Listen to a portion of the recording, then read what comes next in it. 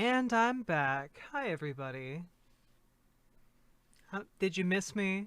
Did you miss me? Did you miss me, everybody? Hi. Hey. Hi. How's it going? Thank you. Thank you. I missed all of you too, okay?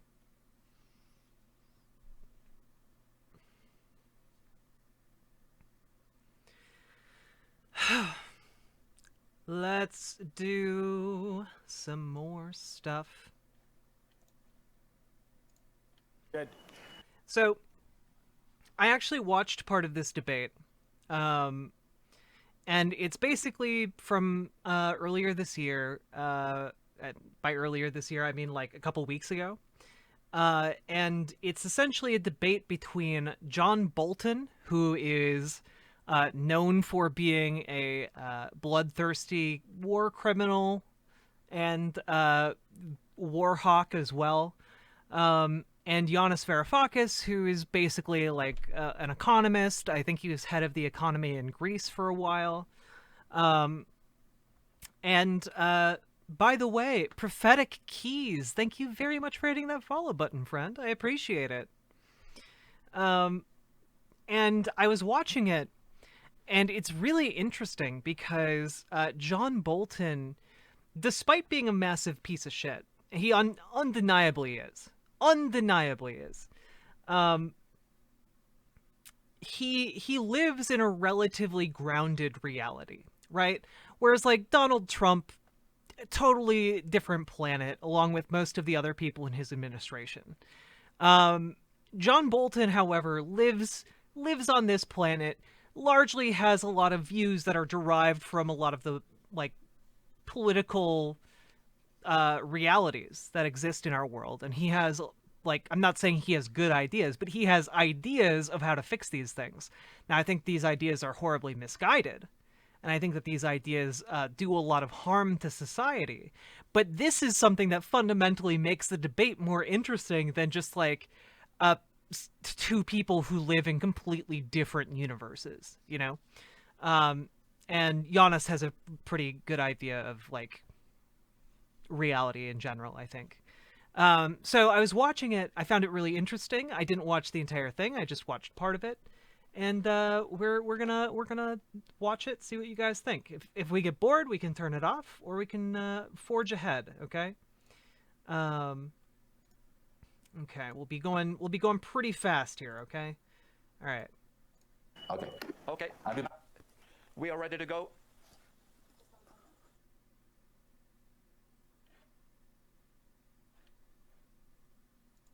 I'm currently the president of the Peace Science Society, and I'm the editor of two academic journals, the International Area Studies Review and the Journal of Peace Research. My background is in economics and political science. I've written 12 books and published dozens of peer-reviewed academic articles.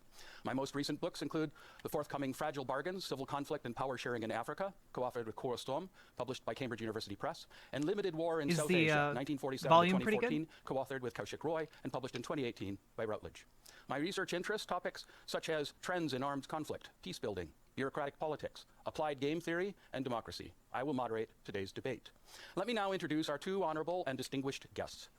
Ambassador John Bolton is an American attorney, diplomat, Republican consultant, and political commentator who served as the 25th United States Ambassador to the United Nations from 2005 to 2006, and the 27th United States National Security Advisor from 2018 to 2019.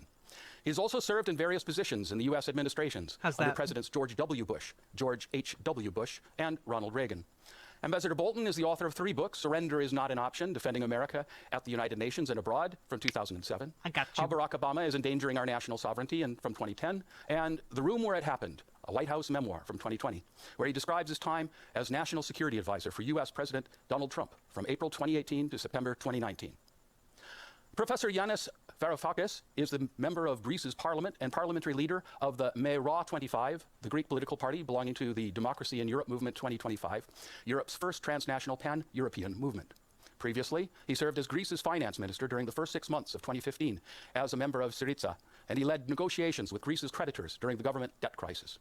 Varoufakis has taught economics at the universities of East Anglia, Cambridge, Sydney, Glasgow, Texas, and Athens, where he still holds a chair in political economy and economic theory. He also holds several honorary professorships. He is an author of a number of best-selling books, including Adults in the Room, My Battle with Europe's Deep Establishment from 2017, Talking to My Daughter About the Economy, A Brief History of Capitalism, also published in English in 2017, and The Weak Suffer What They Must, Europe, Austerity, and the Threat to Global Stability from 2016. His latest book is Another Now, Dispatches from an Alternative Present, written in 2020. Professor Varoufakis and Ambassador Bolton share many experiences. For one, they both became globally renowned for standing up against large, powerful international organizations. Of course, those being the EU and the UN, respectively.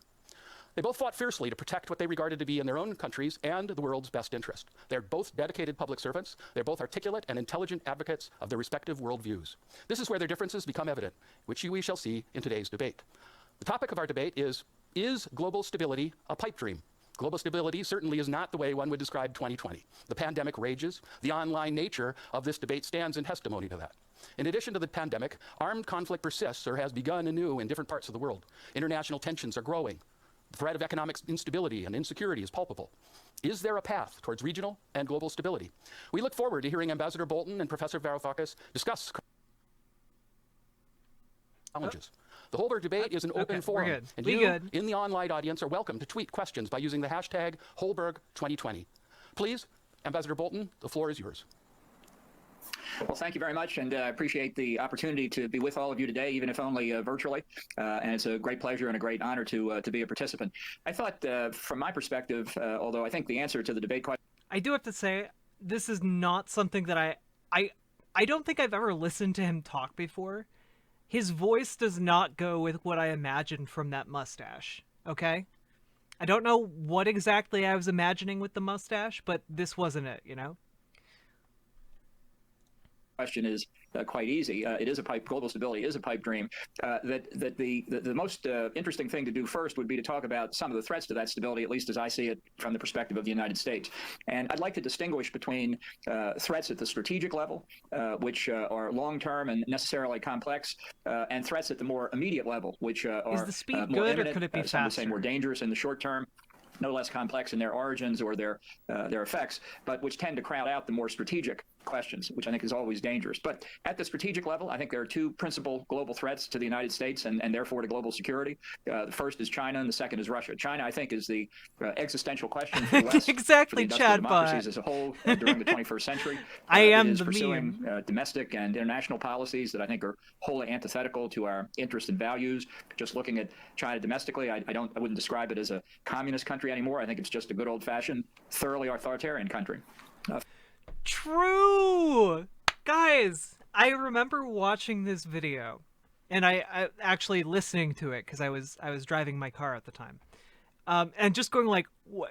I can't believe that John Bolton just acknowledged that China's not a communist country. The entire party line that he's a part of is basically like China's communist.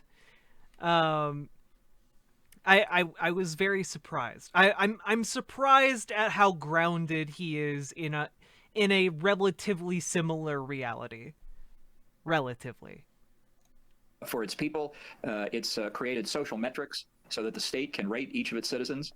It has pursued policies of cultural genocide against the Uyghurs in Xinjiang province, and it's repressed religious freedom throughout China. As we speak, it is violating the joint Sino-United Kingdom agreement concerning the handover of Hong Kong, which committed Beijing to a 50-year obligation to maintain a one-country, two-systems policy.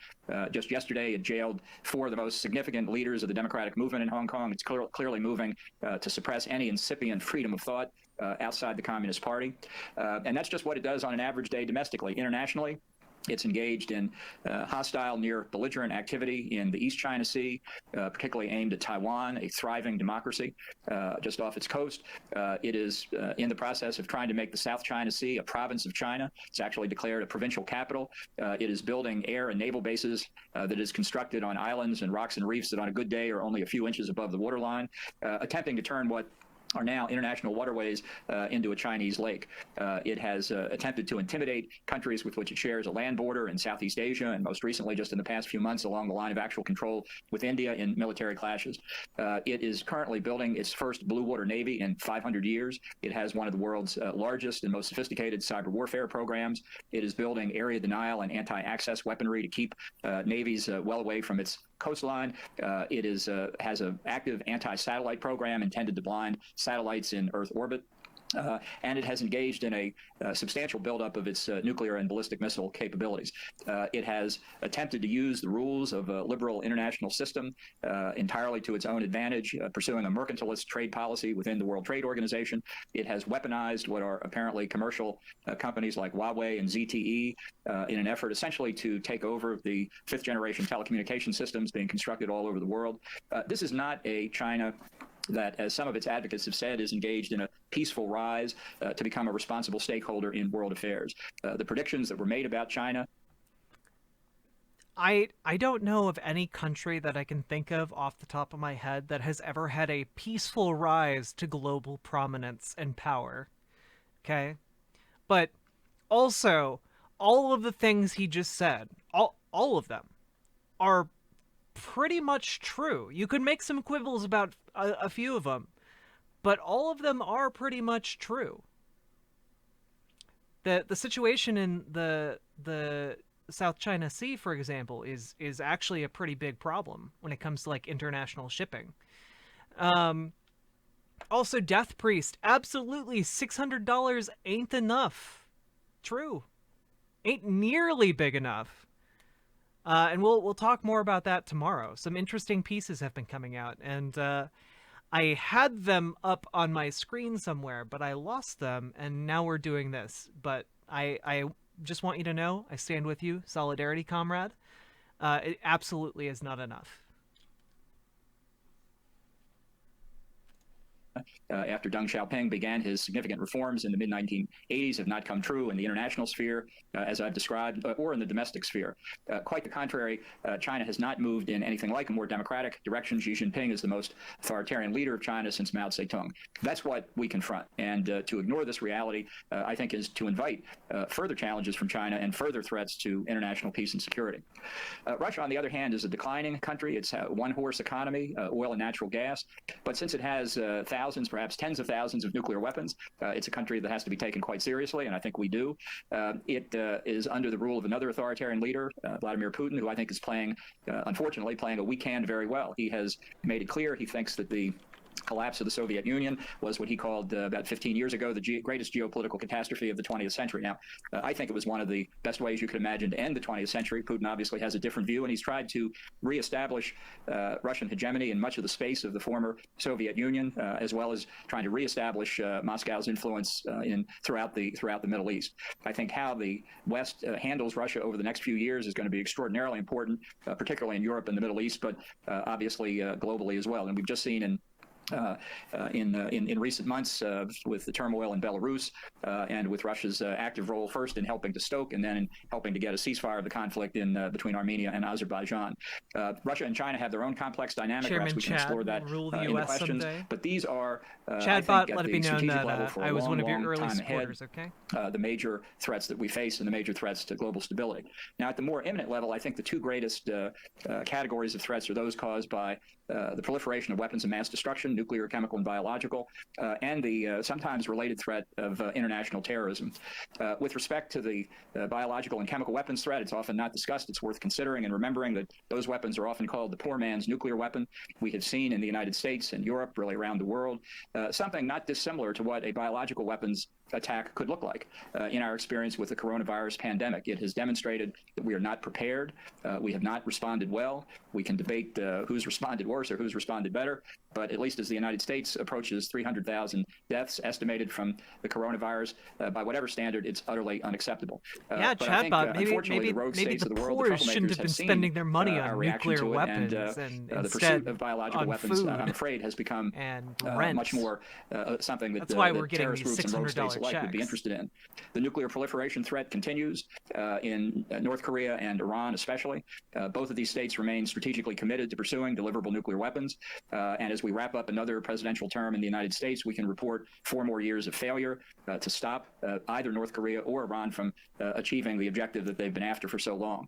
This is the kind of depressing development that once led Winston Churchill in the 1930s to talk about what he labeled the confirmed unteachability of mankind. Faced with incipient threats, countries decide not to take significant action. They watch the threats grow. They tell themselves they can handle the threats. They keep telling themselves that right up until the threats become palpable, and then it becomes too late. And the trouble, particularly in the field of nuclear proliferation, of course, is that as each new rogue state gets a nuclear weapons capability or is seen to be pursuing it actively, it inspires others to do the same. I would argue that the 2015 nuclear deal with Iran, which allowed that regime to continue to pursue uranium enrichment and plutonium reprocessing, so-called for peaceful purposes, inspired others in the region to pursue their own quote-unquote. So this is, I think, the first part where he's gotten really kind of nuts about this. Like, when it comes to, like, the Iranian nuclear deal,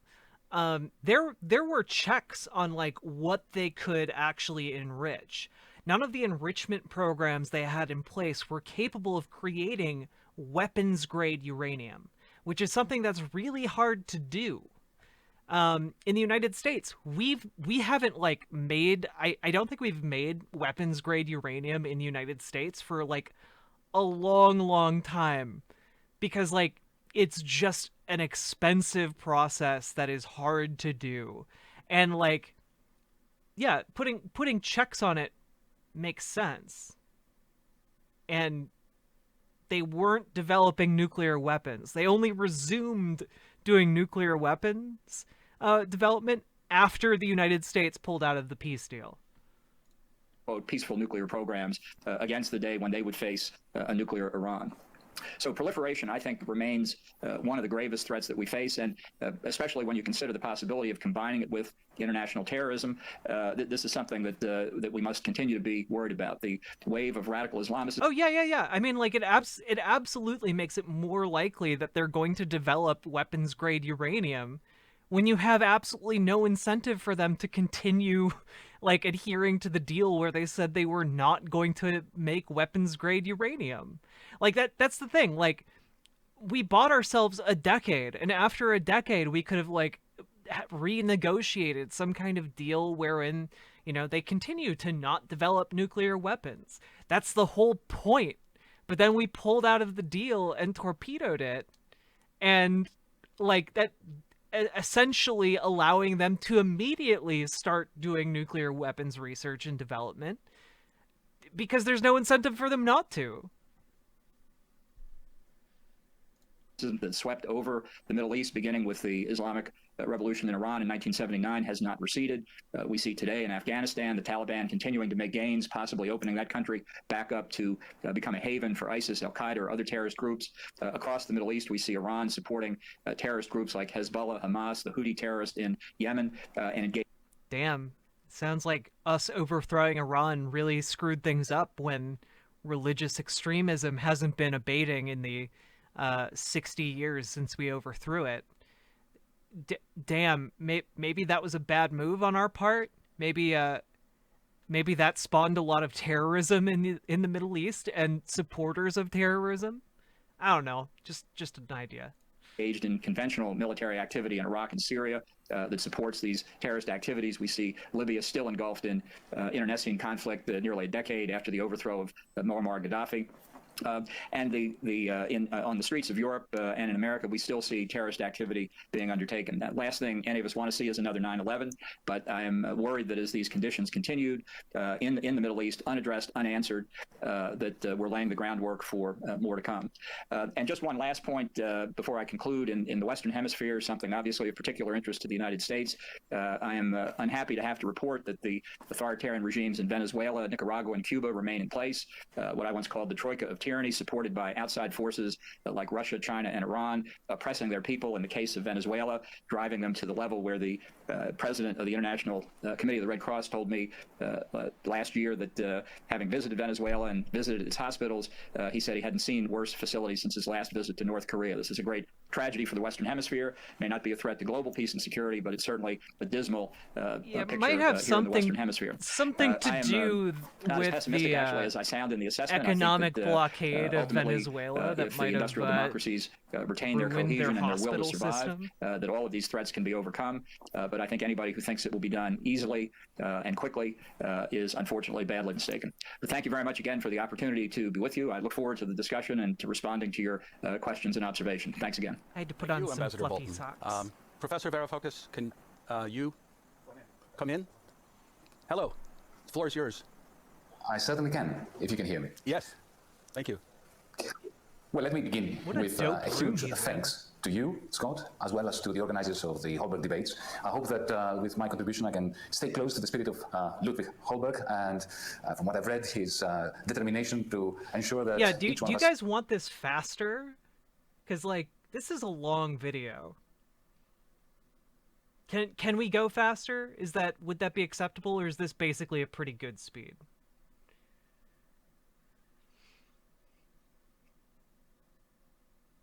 I want squeaks, damn it. Okay. All right, we'll try. are reminded that within ourselves we do carry an inner light of reason that can become, when we put all those lights together, a potential bulwark against collective obfuscation and indeed strategic hysteria, which is unfortunately these days very much in the offing. The Ambassador Bolton made a distinction to begin with between strategic and short-term sources of instability, or types of instability. You will allow me to make a different distinction that will inform my contribution today or tonight.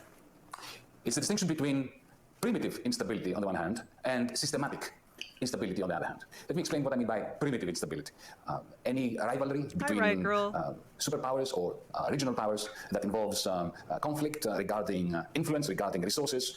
This preceded capitalism, it continued later. It even survived after the Second World War with a rivalry between the two major blocs, the Western Bloc and the Soviet Bloc. Those types of instabilities will probably always be with us and can flourish into something truly evil. I grew up in the 1960s and early 70s in a fascist regime here in Greece, which cannot really be explained as a result of a systematic instability. It was a result of a coup d'etat sponsored by the United States, which was utterly unnecessary, even from the perspective of the interests of the United States. If anything, in the end, it damaged the interests of the United States. The language that we heard it just now, regarding particular countries that... Oh yeah, the United States also overthrew Greece. Just cool stuff all around from the United States. A superpower defines as a rogue state. I'm not sure personally, you'll allow me to say that Saudi Arabia is less of a threat to stability, less of a rogue state than Cuba. But this kind of, our SOBs versus others' SOBs, this is part of the milieu which I refer to as primitive instability. Then there is the systematic instability, which for me is a much greater source of concern, of nightmares, of personal nightmares, and kind of instability that can act as dynamite in the foundations of our liberal democracies. It's endogenous instability that I'm referring to. The kind of instability visited upon the West after the 1929 Wall Street collapse, which we know very well how it percolated into a Great Depression on both sides of the Atlantic, that in Europe in particular bred fascism and Nazism endogenously within the system. The climate emergency we're facing is another example of what I refer to as systemic or maybe systematic instability. Now, if you look at the tendencies of the global capitalist economy from the beginning of, or actually the middle of the second industrial revolution, the beginning of the 20th century, what we will find, for instance, in the 1910s and the 1920s is something similar to what we saw in the 1990s. A tendency during periods of growth, during periods of increasing prosperity, during periods of increasing hope and optimism. A tendency for existing divisions, global divisions between countries that are in a trade surplus and countries that are in a trade deficit, surplus countries and deficit countries. We see that during the good times, the periods of increasing prosperity and growth, the surpluses and the deficits get larger while GDP grows. But then, at some point, courtesy of this global imbalance which is building up, something happens like Wall Street in 1929, like Wall Street again in 2008, and the bubbles burst. And the moment the bubbles burst, what we have is this phenomenon whereby the burden of adjustment falls disproportionately on the shoulders of the deficit parts of our countries, as well as the deficit nations. And that causes ruptures, greater, if you want, divergences, because the deficit countries, which usually are the ones that lack investment and capital goods, are the ones that suffer a disproportionate diminution in investment, and therefore capital accumulation. And then when you get out of this crisis, of any crisis, the deficit countries become even more embedded in a deficit-generating dynamic, and the surplus countries. In other words, the global imbalances that beget instability widen, and they get worse. It was exactly that fear that led the New Dealers, having had their experience of 1929 and the experience of the New Deal in the 1930s. In 1944, the New Dealers in power in Washington, D.C., convened the Bretton Woods Conference with one purpose: to create global stability, to annul this tendency of systemic instability of the kind that I have been discussing, through effectively a unification of the capitalist West, of the global economy, with a common monetary system, effectively a common currency, which was the dollar. That was the whole point of the fixed exchange rate regime, which they understood, unlike those who supported the gold standard in the 1920s, that to stabilize fixed exchange rates in a world where some are in deficit, others are in surplus, and usually these surpluses and deficits have a tendency, as I said before, to balloon. This whole system, in order to become a source of stability, needs to be founded, to be anchored on a surplus recycling mechanism, on a mechanism which federations understand very well, but you need to expand it globally if stability is going to come out of this system. And the linchpin of the global stability of the first 2 decades after the Second World War, of the Bretton Woods system, was the American surpluses. America was the only creditor country, the only country that was in surplus in 1944, 45, and later. And it was the intention and practice of those who were in command of policy in Washington, D.C., effectively, intentionally, not philanthropically, but rationally, to recycle some of the American surpluses to Europe and to Japan in order to stabilize the dollarized global system and therefore to allow it to be a source of stability. And it worked very well. But of course, it was doomed to fail. Because at some point, by the end of the 1960s, America was no longer in surplus. It had slipped into a deficit. And then, within a few years, by the 15th of August 1971, when Richard Nixon famously blew up the Bretton Woods system, we moved into a second period, which is effectively exactly the opposite of the first two decades of the Bretton Woods era. American hegemony continues to grow, and to grow even faster than it was growing in the 1950s and 60s. But the fundamental difference, and I believe this is a point that needs to be made when we're looking at international stability, the fundamental difference was that whereas during the Bretton Woods era, it was American surpluses that were stabilizing global capitalism. After the 1970s, and in particular after Paul Volcker's policies at the Fed, the Federal Reserve, and the policies pursued by a sequence of governments, beginning with President Reagan onwards, what we had was the United States effectively put its collective foot on the accelerator and magnified the deficit, both deficits, the twin deficits, the trade deficit and the budget deficit. And that was done intentionally, that was not a failure. And those deficits played a monumental role in expanding American hegemony. It's the first time in history, in human history, when an empire, a superpower, gets stronger as a result of going deeper into deficit. This has never happened before. I don't know whether it will happen again, but it was a remarkable historical phenomenon. So the American trade deficit operated from 1980 onwards, still does to a large extent, as a huge vacuum cleaner that sucks into the territory of the United States the net surpluses, the net exports of countries like Germany, Holland, Japan, and of course later China. Without the trade deficit of the United States, there would be no Chinese industrial revolution. I shall put it very bluntly. And how did the United States pay for this ballooning deficit? Very simple. That's the recycling mechanism that was reversed. 70% of the profits of European exporters, of Japanese exporters, of Saudi exporters, and indeed of Chinese exporters later on, 70% of that profit was recycled through Wall Street. Effectively, it was a tsunami of capital that ended up in Wall Street. Why? Voluntarily, because Wall Street was offering higher rewards, higher returns. And Wall Street did that because of two things. Firstly, American capitalism essentially maintained lower rates of inflation and higher and lower levels of cost by suppressing average earnings in the blue-collar areas of the... What does the stream think about Jimmy Dore? I mean, I think Jimmy Dore is kind of a big blowhard. And I tend to think he doesn't make super good points most of the time. And when you call him out, when people seem to like call him out or try and add nuance to a conversation, he seems to just tell them to shut the fuck up. Which, I don't know, that rubs me the wrong way. And so, I don't know. I'm not a huge Jimmy Dore fan. I'm not going to knock anyone who is a Jimmy Dore fan, but I do not like him at all. Okay? Like, just gonna throw that out there. His aggression puts me off. Good, Chadbot. I'm glad his aggression puts you off, because then you would be being I think of Jimmy Dore as kind of a Dave Rubin of the left instead of the right. You know, like he has high level ideas, but the high level ideas are just kind of bad. And that's it. That's all the depth that's there. The American labor market, and through financialization making it more profitable for capital to flow in Wall Street. Now, why am I saying this? Because this period between 1980 and 2008 was a period during which, following the end of Bretton Woods, I can connect this, but I'm not going to waste time on this specific point, even though it's an interesting one, that period was also instrumental in bringing down the Soviet Union and adding another billion workers to the capitalist labor market. That period was highly unstable in a way, in macroeconomic terms, because what was happening was the American trade deficit was getting larger and larger, the American budget deficit and the federal debt was getting greater and greater. So a mainstream economist can see this as a kind of disequilibrium, as an instability, but at the same time, it was stabilizing the world. It was providing German factories, Dutch factories, Italian factories, Japanese factories, and of course Chinese factories with the demand that was necessary to keep capital accumulation going and create effectively what we now know as globalization. But on the back of this tsunami of capital that was going into the City of London and, of course, Wall Street to finance and to close this loop, financialization was building houses of cards, which crashed and burned in 2008. Since then, we've moved into the third post-war phase, which is an ominous one. Because while the Federal Reserve in particular, and China, by cranking up their rate of investment, stabilized global capitalism, the Fed and China did it. Let's be clear about this. Who saved capitalism? The Fed and China. I'll say it once more. Nevertheless, the mountain ranges of money that was printed by the central banks of the world, especially the West, and refloated the stock exchanges, the financial markets on the one hand, created immense wealth for those dealing in paper money, in paper titles, while austerity for the many, even in the United States, because let's face it, the Obama stimulus package was countered by austerity at the level of the states. That created huge inequalities, which are ripping apart our societies in the United States, in Europe. We have a north-south divide in Europe, which is getting bigger and bigger. We have an east-west divide. We have a divide within our communities. And to put it bluntly, I shall use a very simplistic term, but not an unuseful term. We have socialism for the very few and austerity for the many that depresses aggregate demand, which keeps levels of investment very low at the time when liquidity is huge. This discontinuity, this disparity between having the highest level of savings and liquidity in the history of humanity, and the lowest in comparison to liquidity and savings level of investment, especially in things we need like green investments, like good quality green jobs, creates a humongous source of stability for the world. Now, China has been mentioned by Ambassador Bolton in a very different context to how I'm mentioning it. Let me put it bluntly. I've said this before, I'll say it once again. Without China, there is no possibility of a reproducible, sustainable European Union economy or United States economy.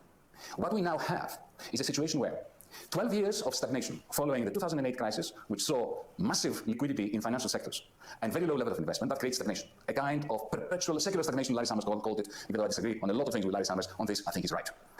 COVID-19 comes in, and what it does, it gives another impetus to money printing by central banks. So stock exchanges, effectively leave planet Earth and move into, with stratospheric speeds into the cosmos, while the real capitalist economy is going from bad to worse. For me, as citizens of the world, as citizens of Europe, that is the source of greatest worry about the systemic instability, which then of course feeds into primitive instability the way I mentioned it before. Now, what do we do about that? That is it is a crucial question. It's the $10 trillion question, if you want to put a sum to it. We can speed up the clash between China and the West, as Ambassador Bolton clearly intends to convince us is necessary. We can have a new Cold War, which is already in the offing, or we can find some way of creating a new Bretton Woods that will bring together the United States, the European Union, and China in order to plan together for the kind of period that follows the great stagnation, the secular stagnation of the 2008-2020 period, with something more palatable, with something that does not waste humanity's capacity to end the greatest source of instability, which is outside our immediate remit, but at the same time, it is undoing our capacity to sustain ourselves as a species, and that is climate change. Now, what is the greatest impediment to such a new Bretton Woods where China, the United States, and the European Union can get together? I believe that, unfortunately, and I'm saying this with Boy frustration, the 2077. European Union is the patient, the global patient at the moment. We don't have the capacity. Can I just say I hate the socialism for the few meme. It plays right into the Red Scare trope of socialism is the government doing things. True, but I do think he tried to clarify that he was using it in a crude way. But I get what you mean. I do like the I'm not opposed to it myself, right? Like I think there is some validity to like privatize the gains, socialize the losses. That saying, I don't know what the background image he's in front of is from. I think it's like the actual room. It doesn't look like a CG background.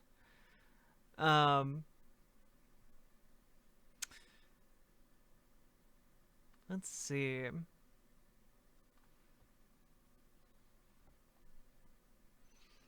But yeah, I find this kind of shit really interesting. I can tell you guys don't necessarily, or at least some of the people who are watching don't, because like 10 of them left.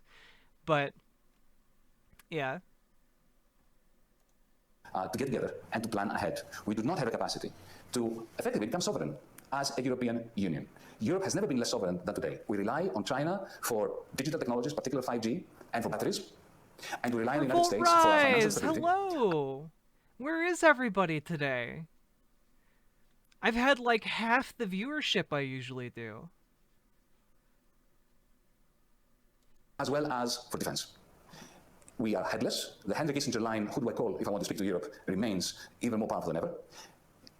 I'm looking forward to the discussion we're going to have, but let me finish with a hope that we do not make a desert and call it stability. Thank you. Thank you, Professor. Oh, Xmas week, true. So I think what I'm going to do, I have a number of particular questions regarding your opening statements, but rather than confining the debate, I thought I would start and allow you to choose and be a little more freeform to begin. So what... Oh, no. Central idea that Professor Varoufakis yeah, has it's made, and, John Bolton and Yanis Varoufakis to that one, and then having a debate. To Professor Varoufakis to respond in kind with a central element of yours, or to respond to your comments. And then what I'll do after that is I'll go into some particular questions that I think are left unstated and I want to pursue further. I just find it really fascinating that like John Bolton, for as awful as he is relatively based in like our a relatively similar reality. His take on it is just that like it is absolutely insanity, you know, like his take on it is insane. Nice Revolt Rise, which is also doubly impressive because this only has 169,000 views. This is relatively small by YouTube standards. This channel itself only has 3.95k subscribers. That's not a whole lot. Does that sound okay? Well, I'd be happy to respond. I must say you cut out in the middle of what you were asking for, but I'll assume that what you were saying is to respond to something central to what Professor Varoufakis said and give my answer to it. And if I have understood you correctly, I will try and do that briefly. Yes. Archangel, we're almost at well, 1,169 on this channel. Look, it was a fascinating Marxist description of the past 100 years or so of history, and I recognize it well. I don't recognize it happening in the United States. I don't recognize much of the analysis. I do think there are a lot of negative economic circumstances that the United States faces today. He's very biased. Erroneous policies we've pursued for a long time. And in this country, I consider myself a deficit hawk. I don't like federal government deficits. I don't like the size of the natural debt. I think that we've been going down the wrong road there for a long time. But it's a very difficult one to come back on. I think the importance of economics in international affairs can't be doubted, but I'm not a Marxist myself. I don't buy the argument that everything is based on economics, and as Marx said, that the superstructure that we look at of politics, religion, society is all based on economic factors. I think it's a much more complex analysis that's required. I don't think historical materialism of Marx's kind really brings you very far. But I do think that where economics plays a critical role is demonstrated by China, which owes much of its prosperity to 4 decades of theft of intellectual property from the West as a whole. This is a view shared not just by a majority of the United States, but I think across Europe, Japan, Australia, Singapore, pretty much most of the rest of the world. And I think is it theft of intellectual property if essentially the bargain that was made between China and the West was that China would be able to manufacture these goods? Is it really theft if they've managed to figure out how to make a smartphone when their workers are literally making smartphones in factories all day, every day? Is that really intellectual property if they have someone go into that factory and they're like, oh, cool, this is how you make a smartphone. Let's also make smartphones. I don't know. I think this is probably a natural thing that happens.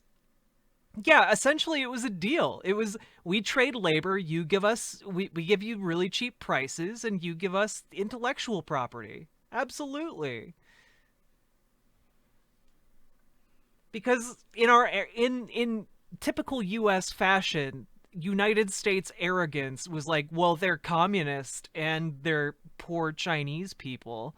They can't possibly compete with us. And now we're in a different situation, 50 years later. That's not something that we dreamed up. The Chinese have been doing this with incredible success. I mean, you have to admire them. They steal intellectual property. They don't have to spend money on research and development. They recreate the product, sell it back into the markets of the producers they stole it from, and undercut them with state. Also, just fun fact, China does make some pretty kick-ass cell phones now. Just throwing that out there. Their cell phone brands are pretty good. subsidies and insurance that allow them to come to dominate the market. I think we should all press China to give up its policy of stealing intellectual property, but I'm not optimistic they're going to do it. Why should they? It's proven a very successful business model for them. So while they're not Marxist anymore, like Professor Varoufakis, they are authoritarians and they constitute a threat. And that's I'll just leave it at that, I guess, for the moment. All right, thank you. So, Yeah, Professor Varoufakis, why don't you respond to that, and then I'll also give you a chance to go after a central theme of Ambassador Bolton's. And then what I'm going to do after you're finished is I'm going to go into some particular questions that I'd like to ask. So the floor is yours. Scott, I'm prepared to make a deal with Ambassador Bolton. Let's play the ball, not the man, shall we? Because it's very easy to descend into characterizations. I came out with a particular analysis. I'm very happy. I would be ecstatic to hear why my analysis is wrong. Now, you want to call it Marxist. It would be a great surprise to most Marxists I know. And indeed, it would be a great surprise to the good American friends I have who are certainly not Marxists, who are actually quite anti-Marxist, and who are very proud of the New Deal tradition. They're very proud of Bretton Woods, because it was a time when American leadership led to a global stability that was indeed particularly beneficial. We had, the longest period of steady growth, of low inflation, of low unemployment in the United States and everywhere else. And that was a result of the policies that came out of the analysis that I outlined. Now, we can disagree on the analysis, but let's all call each other names, like, Marxist, Hawk, Dove, and so on, shall we? Because that will make for a much more interesting conversation. On the substance of what Ambassador Bolton said, I came out with a particular proposal for a new Bretton Woods that will bring together the United States, the European Union, and China in order to agree new rules on finance, on technological transfers, if you wish, but primarily on how to keep a balance between investment and liquidity provision, which at the moment is completely out of kilter, and therefore, as far as I'm concerned, a threat for global stability. Now, maybe this is not a good idea, but I would like to hear from Ambassador Bolton exactly what kind of alternative he has in mind, except confrontation with China. I believe that in 2015, he wrote an article about the need to bomb Iran in order to end the Iranian bomb in the New York Times. Do you believe, Ambassador Bolton, that some kind of new Cold War that may lead to a hot war is the way to go forward? Do you really believe that China can be put back into its pen through confrontation, not through a new Bretton Woods? Is there an alternative to a new Bretton Woods that would not blow up what little global stability we've got left? Thank you. Rev up the war machine, boys. I'm going to let you come back a little bit later, and you can choose, Ambassador Bolton, how you want to respond to his response. But I want to move the debate into some particulars. I'm going to change the direction a little bit and let him respond. So I guess what I would like to do is I'd like to focus on the notion of stability. To some degree, you're both naturally focusing on two dimensions. Ambassador Bolton naturally is focusing on insecurity and focusing on the security sector, and Professor Varoufakis is focused on the economics. And that's to be expected. I knew that was going to be happening all along. But what I'd like to focus on is there a role in the system for instability? Is there some ways that instability can create good out of competition, and a notion of periods of great instability sometimes lead to great levels of innovation? Is instability necessarily a bad thing? I'll turn that question to Ambassador Bolton first. Well, I don't think it's a question whether instability is good or bad. Instability is inevitable. The periods of stability we've seen in the world come throughout history have come in a variety of different ways, sometimes because of an effective balance of power, and sometimes because of dominance of one power or another, but it's there's been no example where the stability is permanent, and it's a problem that evolves and changes, to be sure. We've been in the 20th century through three great confrontations, two hot world wars. Yeah, honestly, Revolt Rise, one of the things that always galls me is the way that so many Americans look down on people from other countries, especially,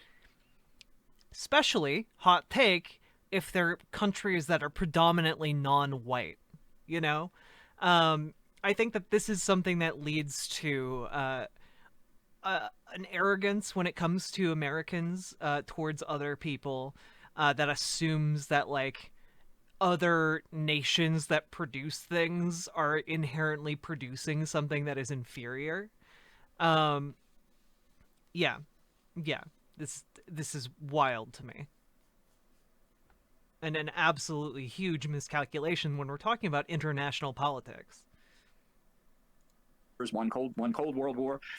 Fortunately, the partisans of freedom have prevailed in each time, but there's no guarantee. It's not that anybody's seeking confrontation. It's the fact that others seek confrontation with us, and it can come in a variety of forms. 9/11 certainly took the United States by surprise, and it can happen again. So I don't regard stability or instability as inherently having positive or negative moral values. What I'm concerned about, and what I think is the legitimate focus of decision making in the United States, Lily.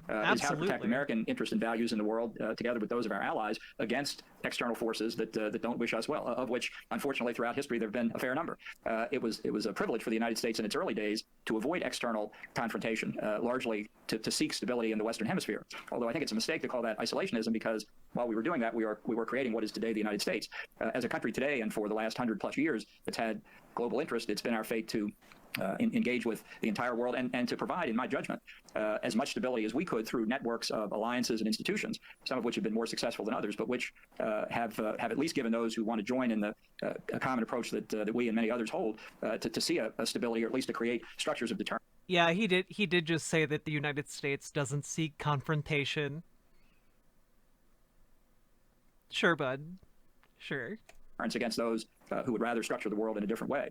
And that may last, it may not last. It won't last by creating a Bretton Woods with China. We recreated one of the Bretton Woods institutions, replacing GATT with the WTO, and the Chinese are busy perverting it. So I think they've given their evidence of what they're up to. Thank you.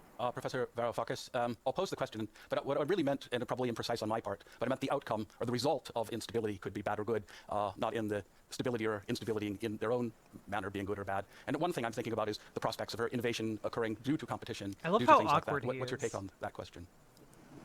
Well, my take, I suppose, is similar to yours. A healthy degree of uncertainty is the elixir of life. It's the salt of the earth. It's what keeps us creative and productive. But that's not necessarily the same thing as instability, uncertainty, right? What I fear regarding instability are moments of catastrophic degeneration and of crisis that leave us all diminished as a species. So I'll give you 3 examples. 1929, or I could have used 2008, but 1929 is a more poignant example, where suddenly you have a cascade of insolvencies beginning in the United States and in Europe. Yanis Varoufakis is amazing. Highly recommend him for his economic takes, okay? He's really good. And effectively pushing humanity into a war of all against all, and tens of millions of dead people. That is a kind of instability that does not have beneficial effects. The second example I shall give is, for instance, the invasion of Iraq. The invasion of Iraq was a murderous error, which in the end all it did was it helped. It was a magnificent boost for Islamic fundamentalism, for ISIS, for misanthropy, for mass death, and zero benefit to anyone in the United States, in Europe, in the Middle East, anywhere. And the third, of course, is climate change. We are moving now. We're already well past the point of discontinuity, the turning point, the point of inflection, if you want, whereby we are jeopardizing the future of the next generation, and that cannot be a good thing. So we're now at defining, or maybe redefining, what constitutes instability. So we have maybe gradations, if I may allow me to kind of. Chinese have got a very good system. There's a lot of talk about authoritarian this or authoritarian that, but one, the U.S. does worse things and spies on us just as much, but doesn't tell us. See Snowden. Yep. Assange, Manning, R, Winner, etc. 2, look at the difference between in COVID response. What good is a system that values the freedom of every citizen over the good of the community? And I agree with those things, though I will also say I hate authoritarianism, and I do not like it, do not stand for it, and also their treatment. Again, always their treatment of Uyghurs is absolutely unacceptable, but also as an American who lives in a country that creates concentration camps for immigrants, I can't really, I don't have like the moral high ground on this by any means, you know. Let's fix our own country first, then we can talk about other countries. Kind of paraphrase what you're saying. There's catastrophic instability, then there's kind of systemic notions of instability or instability, and then there may be periods by which there's a global, some aspect of stability for the global system one could describe. Is that a fair enough characterization of your thoughts? That's more or less it.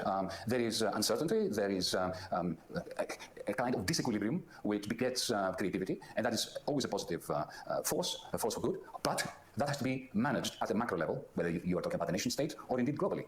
And the whole point of the Bretton Woods institutions was to do that. The emergence of new forces like China can either be seen as an opportunity to go to war, whether it's a Cold War or a hot war, or as an opportunity to create a global agreement that will restrain the extent of the catastrophic instability. Okay, thank you. Professor or Ambassador Bolton. True. I mean, you opened and talking about short-term and then more systemic I problems know in the where you're international coming system, from on strategic, this. I know you're not a strategic tanky. threats, which result in insecurity and instability. Would you make differentiation between potential catastrophic Joe will fix and it then for us. I wish. Of a garden variety of instability, and then periods where or regional patterns of stability are evident in the globe? Is that a fair characterization that you could agree to? Well, I'd have to say, just for myself, I'm not much into taxonomy. I don't distinguishing between strategic and tactical is about as taxonomic as I think you can get, because I think there's so much variability in the issues. Obviously, some threats are significantly greater than others. Russia, as an economy, doesn't really have a lot to concern us. I've heard by different measures, and I'm not sure we have good statistics from Russia or China, but the Russian economy right now is roughly the size of the Netherlands, or maybe Italy. That's another comparison I've heard. That would not amount to a strategic threat under anybody's definition, but when they have 10,000 or more nuclear weapons on hand, that by definition makes it serious. But I'm an admirer of Edmund Burke. I'm not much of a follower of abstractions. I think you have to try and characterize the circumstances as you see them in the real world. Okay, fair enough. I'm going to change direction, maybe pursuing it a little bit. Over the past 20 years, we've seen amazing improvements in life quality. I mean, I began opening with COVID, and we're seeing a disaster. But if we're taking a big picture perspective, and in terms of global development, infant mortality rates have declined precipitously. Malnutrition is disappearing more and more. Infant mortality rates, except in the United States, where they've gone up. It's going lower and lower every year. We see unambiguous trends in poverty rates improving, that these things are actually... Wait, I should probably fact check myself before I say something like that.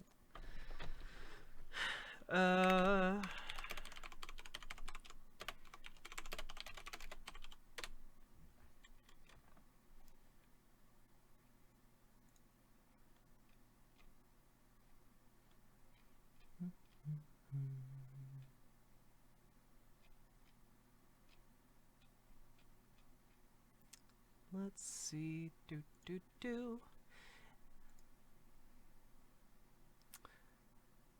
Oh, where does the U.S. rank when it comes to infant mortality? It's 33 out of 36 countries. Our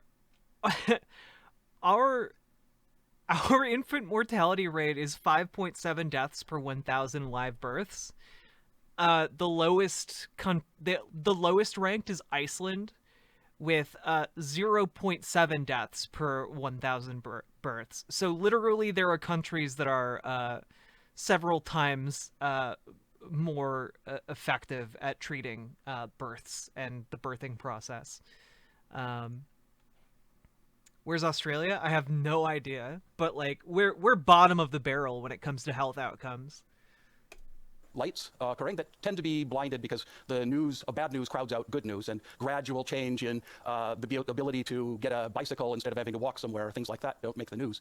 To what degree? I mean, so the international system, over the period that Professor Varoufakis has been talking about, at a global level, especially in the poorest parts of the world, not the very, very poor, but vast numbers of people have been elevated out of abject poverty into lower middle class from a global perspective.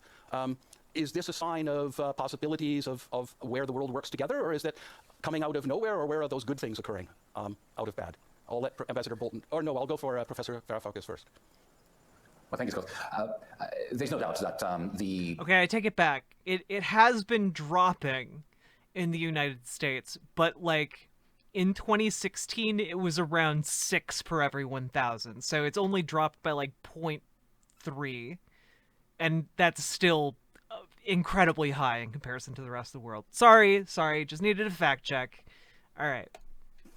Globalization phenomenon, which I alluded to in my introduction, is at the heart of the process that you described. The incorporation of more than 1 billion workers, 1.5 billion workers, maybe 2 billion workers into capitalist labor markets has created this magnification of incomes globally. But 2 points, if I may. Firstly, if you take China out of this equation, most of those positive and welcoming and particularly joyous statistics disappear. It is China that has lifted the largest number of people to the greatest degree out of poverty over the last 30 years. We need to recognize that. As I said, if you take the Chinese statistics out of the global picture, the rest of the world is not looking as good. Well, the second Asia, point Bangladesh, Pakistan, India have made great progress. I mean, not as significant as China. Not really. Not really. Tiny. You would not be making this boisterous claim if it wasn't for China. And one might even add that the degree of development in places like Pakistan and like India, indeed, in the European Union itself, the way in which a country like... Damn, he He absolutely bodied the moderator. Jeez. Germany, the middle-sized companies in Germany managed to weather the storm after 2009, 2010, owes a great deal to Chinese growth. I mean, whatever you may think about China, this is a fact. We cannot ignore it. And the second point I want to make is that, we economists, and you're an economist as well, we tend to overestimate these things that can be measured and to completely underestimate or neglect values that are not measured, which can be even more important than the ones that can. Let me give you an example. Take the Aborigines in Australia. It's an extreme example, but to make the point in a short space of time. When Captain Cook arrived in Botany Bay, they didn't have a single pound or euro or cent or whatever, and they lived very happy and fulfilling lives without commodification, without markets. Look at the Aborigines today. Today, you can see, because there is a welfare system in Australia, they have a very high income compared to what they had 200 years ago. When were they happier?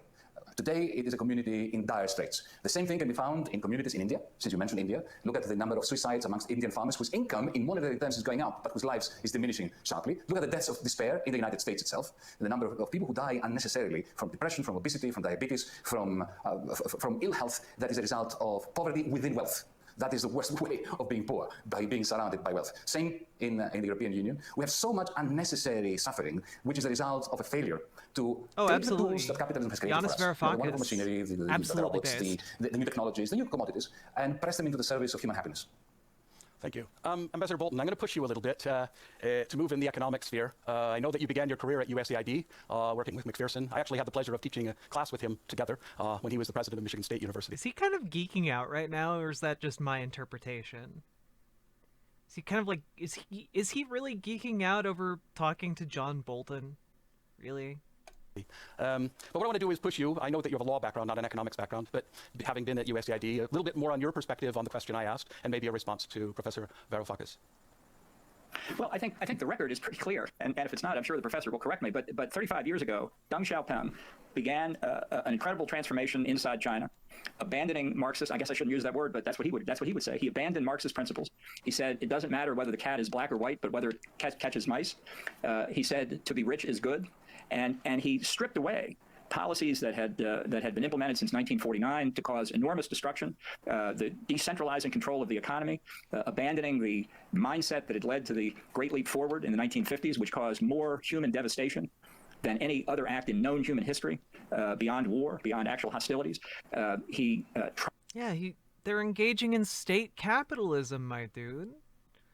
It's not all that different from what they were doing before. They're just exporting their labor.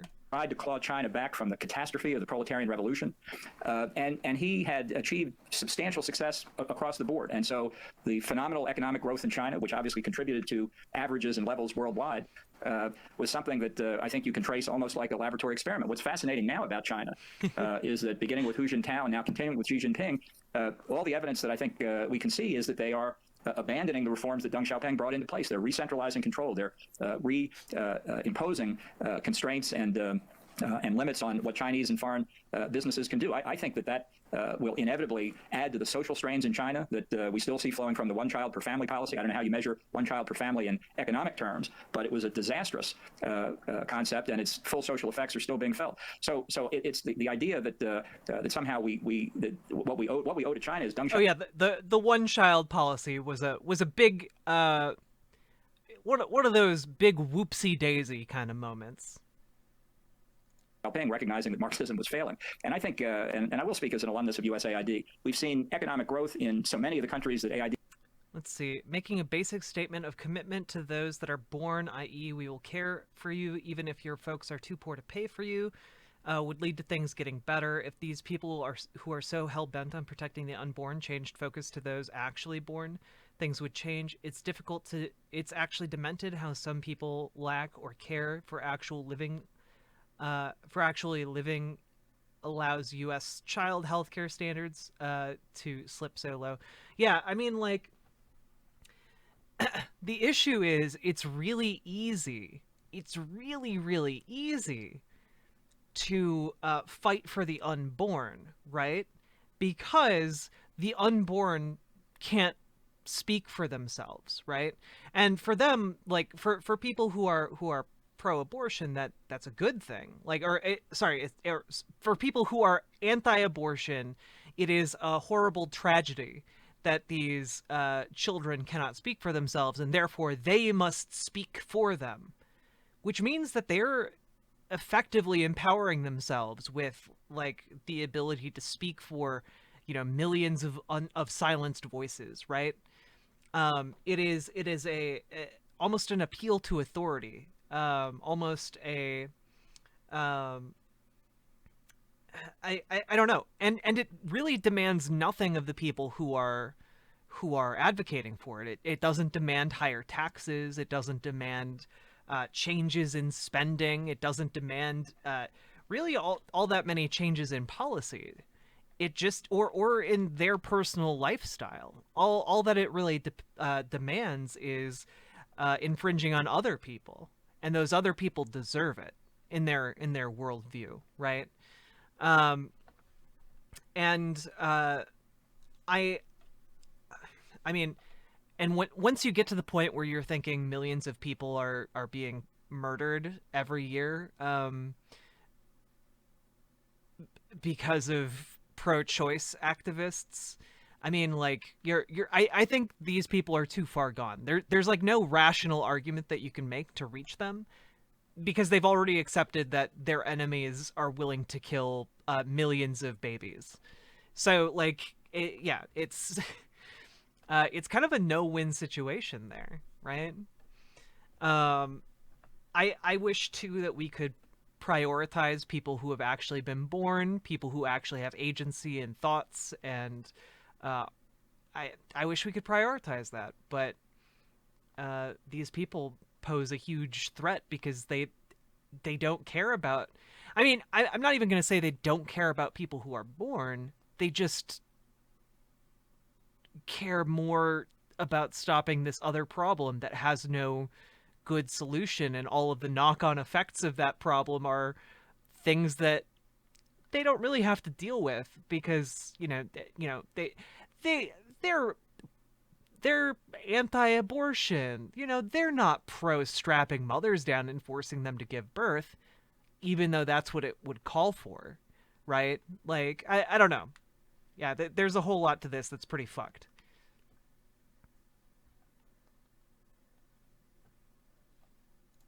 He was president in the Western Hemisphere, in South Asia, and to Africa to a lesser extent. Unfortunately, that much of the world that Professor Varoufakis has described, I just don't recognize it. You want to respond to that, Professor Varoufakis? Sorry. You can't hear me? Now I can. Okay. For a moment. Do you want to briefly respond to his response? Or I shall attempt to agree. Yes, I'm quite happy to respond. Always am. I shall attempt to agree largely with Ambassador Bolton. Deng Xiaoping brought about the revolution that led to Chinese economic success. No doubt about that. And it was I agree with you, Ambassador Bolton, too, that it was a jettisoning of the failed centrally planned system. Call it communist. You can't call it Marxist because Marx never wrote about those things. But let's agree that he jettisoned the collectivist, centrally planned communist system of production. In that sense, he brought in a kind of liberal free market ethos into China that worked very well. But there were three things that he did also that made it work. The first thing he did was he did not allow for the liberalization of finance. And that was crucial in helping China succeed. Remember Franklin Roosevelt? I will take you back to Bretton Woods. When he convened the Bretton Woods Conference, he made sure, he actually stated one term for sponsoring that global, remarkable conference that yielded two decades of wonderful capitalist growth. And that was no banker, no financier should be allowed into the Mount Washington Hotel. Remember that? That's also what Deng Xiaoping did. He said, if we want free markets, we cannot have financial markets running havoc and running amok. And that really helped. The moment China liberalizes its financial system, that is the moment when I believe the Chinese capitalist economy, or call it whatever you want, is going to go into serious spasms. The second thing he did was, the government did, and after Deng Xiaoping as well, is to control tightly aggregate investment. The way in which they boost aggregate investment, especially after the 2008 crisis, stabilized China and the world economy, and then deflated it a bit. Then again in 2014, when there was another tendency for the economy to stall, increased it a bit. So this is macroeconomic management that they did, which the United States, courtesy of the way in which Congress and the White House often do not see eye to eye, has not had the capacity, and certainly not the intention since Franklin Roosevelt, of doing, or maybe LBJ. And the third thing he did was he ring-fenced big tech. China is the only country that features companies that can compete with Amazon, that can compete with Google. Europe cannot do that. We do not have such large corporations. And one of the reasons why various administrations in the United States, including the new one of President-elect Biden, are confrontational with China is because it's very difficult to accept that there is, an Amazon competitor in China that the United States policymakers cannot find ways of incorporating in the Silicon Valley-based big tech, another kind of primitive accumulation rivalry between two superpowers that doesn't benefit the world. Good, thank you. What I'm going to do now is going to turn to politics. We've been talking about politics at some degree, but I want to get into more domestic politics. Ambassador Bolton's raised a number of issues regarding human rights abuses and other aspects. I'm going to return to that thought, but what I want to do is turn to the illiberal turn of the world, democratic backsliding that's occurred. more extreme cases are Russia with increasing centralization of power since Putin took power. We've seen increasing authoritarian tendencies in Turkey, in India, a number of countries, Hungary, Poland, where we see growth of illiberal democracies, if you will, a retreat from civil liberties and human rights. Basically, they're what some political scientists refer to as electoral democracies. Only the elected leader, but there's no guardrails that would characterize a liberal democracy. What I want to ask about is, to what degree does this illiberal turn in these regimes, how does that threaten global stability? And what's the future? I mean, is that a long time future, or are those regimes basically so based on strongmen that when that strongman is gone, they'll be inherently unstable and we'll have a possibility for a new regime or not? I'll turn now to Ambassador Bolton to address that issue. Well, I guess I'd say a couple things. The first is, I think there has been retrogression on the point of the societies that have emerged from totalitarian past, the former Soviet Union, former Yugoslavia, among others. And so I think the first lesson to draw there is that this is at least a partial refutation of the Whig theory of history. There's not an inevitable upward progression. It just doesn't go on in sequence. You can have, as in the case of Russia, emerging from a totalitarian society, having a brief experience with democracy, and then receding back into authoritarianism. And I think that's important to understand, so that the idea that you can create goes under the term of a rules-based international society inevitably moves from sunlight to sunlight, higher and higher. It doesn't work like that internationally. It doesn't work like that domestically. Now, in terms of whether or not there's a trend, I'm reluctant to draw sweeping conclusions from circumstances in different countries that really are quite varied, and which may reflect political configurations within those countries at a given time, but which 10 years from now may be very different. I think there's considerable discontent in Europe, discontent in the United States, that has been reflected in politics in different ways. But I do think that this variation does not strike me at the moment as being outside the range within which democratic change occurs in our societies. So I don't really worry about it from a strategic point of view, and if I may say so, with all due respect, I think this is more of a European concern. And it's more of a European concern because of the strains on the European Union. More than strains, Britain has withdrawn from the European Union. And so I think that the issues within countries that are members of the European Union reflect in the larger debate going on within the Union itself. And I understand, of course, that this is incredibly significant for Europeans, and ultimately it will be for the United States. But it's a debate because of the circumstances and structures of the European Union that I don't see replicated elsewhere in the world. Aren't they somewhat, though, a threat with especially Turkey for NATO, which is definitely related to U.S. Well, I think we're in the course of trying to figure out whether Turkey wants to be part of the West or not. I mean, I think Erdogan has taken Turkey in a direction completely contrary to the Ataturk Reformation, post-Ottoman Empire. I think he is fully prepared to abandon the secular nature of the Constitution that Ataturk wrote. And I think he has, hard as this may be to believe, neo-Ottoman aspirations in the Middle East. His decision to purchase the Russian S-400 air defense system is utterly unjustifiable, contrary to his obligations in NATO. But here again, I don't necessarily want to draw an ultimate conclusion from that. Turkey has another presidential election in 2023. If it's free and fair, underline if, underline free, and underline fair, maybe the Turks will vote in a different direction. Certainly in last year's provincial and municipal elections they did. So Turkey is actually a good example why I worry about drawing overly broad conclusions from insufficient facts. Thank you. I'll turn the question to you, Professor Varoufakis, about the rise of illiberalism in the globe. I think it directly relates to what you're talking about, internal inequalities, those who feel like they're left out during periods of growth, things like that. Do you want to expand on that? Yes, gladly, Scott. On a personal note, because you mentioned that your research interests include game theory as well as economics. I was a game theorist, minding my own business, doing rather esoteric things, not working substantially on macroeconomics, on political economy, except as an active citizen. It was around 2001, with the bursting of the dot-com bubble in the United States, that I started worrying. And I started worrying as somebody, I mentioned that before, I'll mention it once again, who grew up in a fascist dictatorship. And the reason why I was worrying was because I started feeling that the way in which financial markets were being refloated by central banks, especially by the Fed after 2001, 2002, and the manner in which financialization was just going crazy, was leading us down the path towards a new 1929, which unfortunately happened in 2008. The response of the central banks was different in 2008 compared to 1929, but the essence of the post-2008 period was not that different to the essence of the post-1929 period. We had a massive collapse of the capacity of the little people to imagine a future where their kids would be having, as good a life as they did. These periods of cascading insolvencies, of home repossessions, of bankrupt banks, bankrupt labor markets, bankrupt households, and bankrupt small businesses, which we experienced here in Greece. People experienced across the United States after 2008 for a while, across the European Union. The Russians experienced it massively due to their own separate catastrophe. These are periods when humiliation, austerity, and lack of prospects and precarity combine forces to give rise to a political dynamic that boosts magnificently strongmen, those who stand on a soapbox and look at the little people in the eyes, the people who are suffering, the people who've lost hope, and they say to them, I'll make you proud again. I will look after you. I'll give you a little bit more money, a welfare payment here, a welfare payment there, okay? But I'll make you proud again to be American, to be Italian, to be Greek, to be British, to be German, to be whatever, to be Chinese, to be Russian. That is when democracy suffers. And we see this worldwide. Lest I am misunderstood, let me be clear on this. Vladimir Putin is a war criminal. I stood up and said so at a University of Athens Senate meeting in the early 2000s because of what he did in Chechnya. President Xi of China is increasingly despotic, and the violation of human rights in China, even though I do not want to see us in the West foster a new Cold War with China, I am never going to stop from campaigning for more human rights in Hong Kong, amongst the Uyghurs, the Muslim minorities, the Chinese people, Chinese workers, and so on and so forth. So this a rise of despotism, of dictatorial leaders, of strongmen, is the repercussion of the fact that we are living in a postmodern 1930s. Our generation, 2008, has been condemned to be reliving those political forces leading to the strengthening and reinforcement of political monsters. I'm not going to mince my words about it. And you see, this is why I'm interested in economics. It's not because of some kind of ideological commitment. It is not because I'm an economist. It's because I fear for a world in which young people are going to be facing the double whammy, on the one hand of climate catastrophe, and on the other of precarity, and democracies in which the stronger, increasingly the stronger players are those who harvest the seeds. I mean, I think that the reason he didn't specifically call out the United States is because he is talking about despots,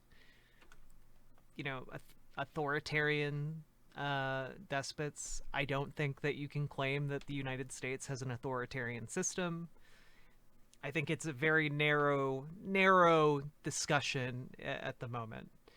But the United States has absolutely perpetrated war crimes. Absolutely. Of wrath and of anger that they plant. Well, let me take that last statement and push back a little bit. So how would you say to respond to the development of a surveillance state where and the largest incarceration of peoples known in history, with the Uyghur population basically being in giant prison camps, the surveillance technology being developed? These are some of the things that Ambassador Bolton raised. How does the West respond to that? Wait, I thought he was just, I legitimately thought he was going to bring up the United States.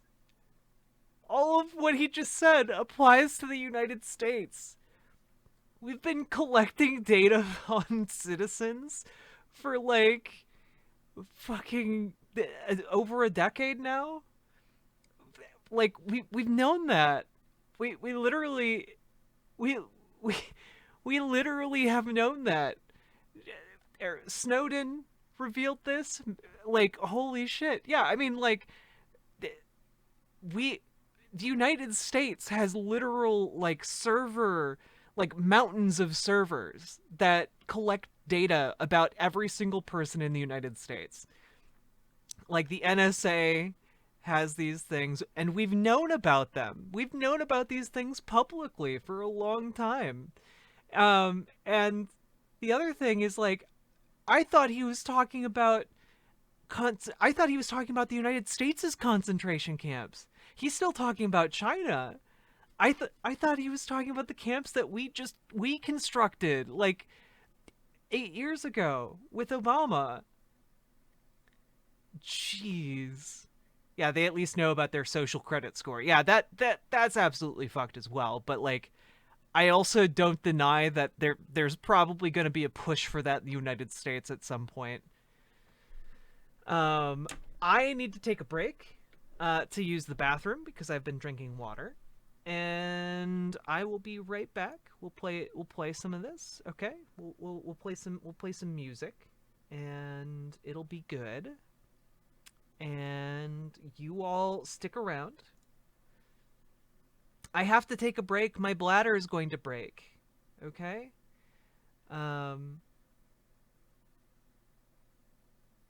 This seems like a fitting song to play. It's called Wall Street Monster.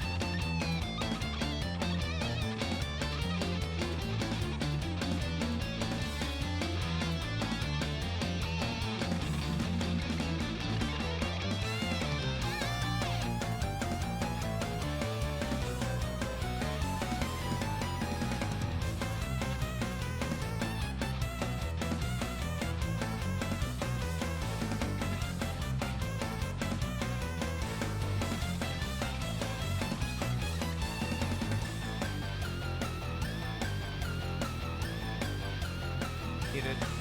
It's not the Tetris theme. And also, good night, Ashley.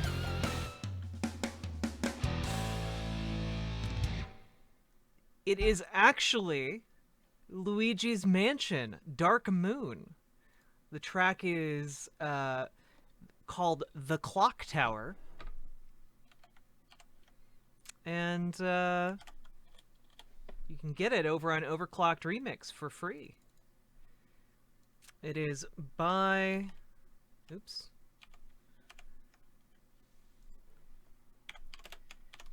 By Juan Medrano.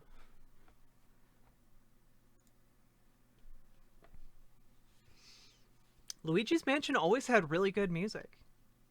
True fact. True fact. All right, here we go. We're going to dive back in.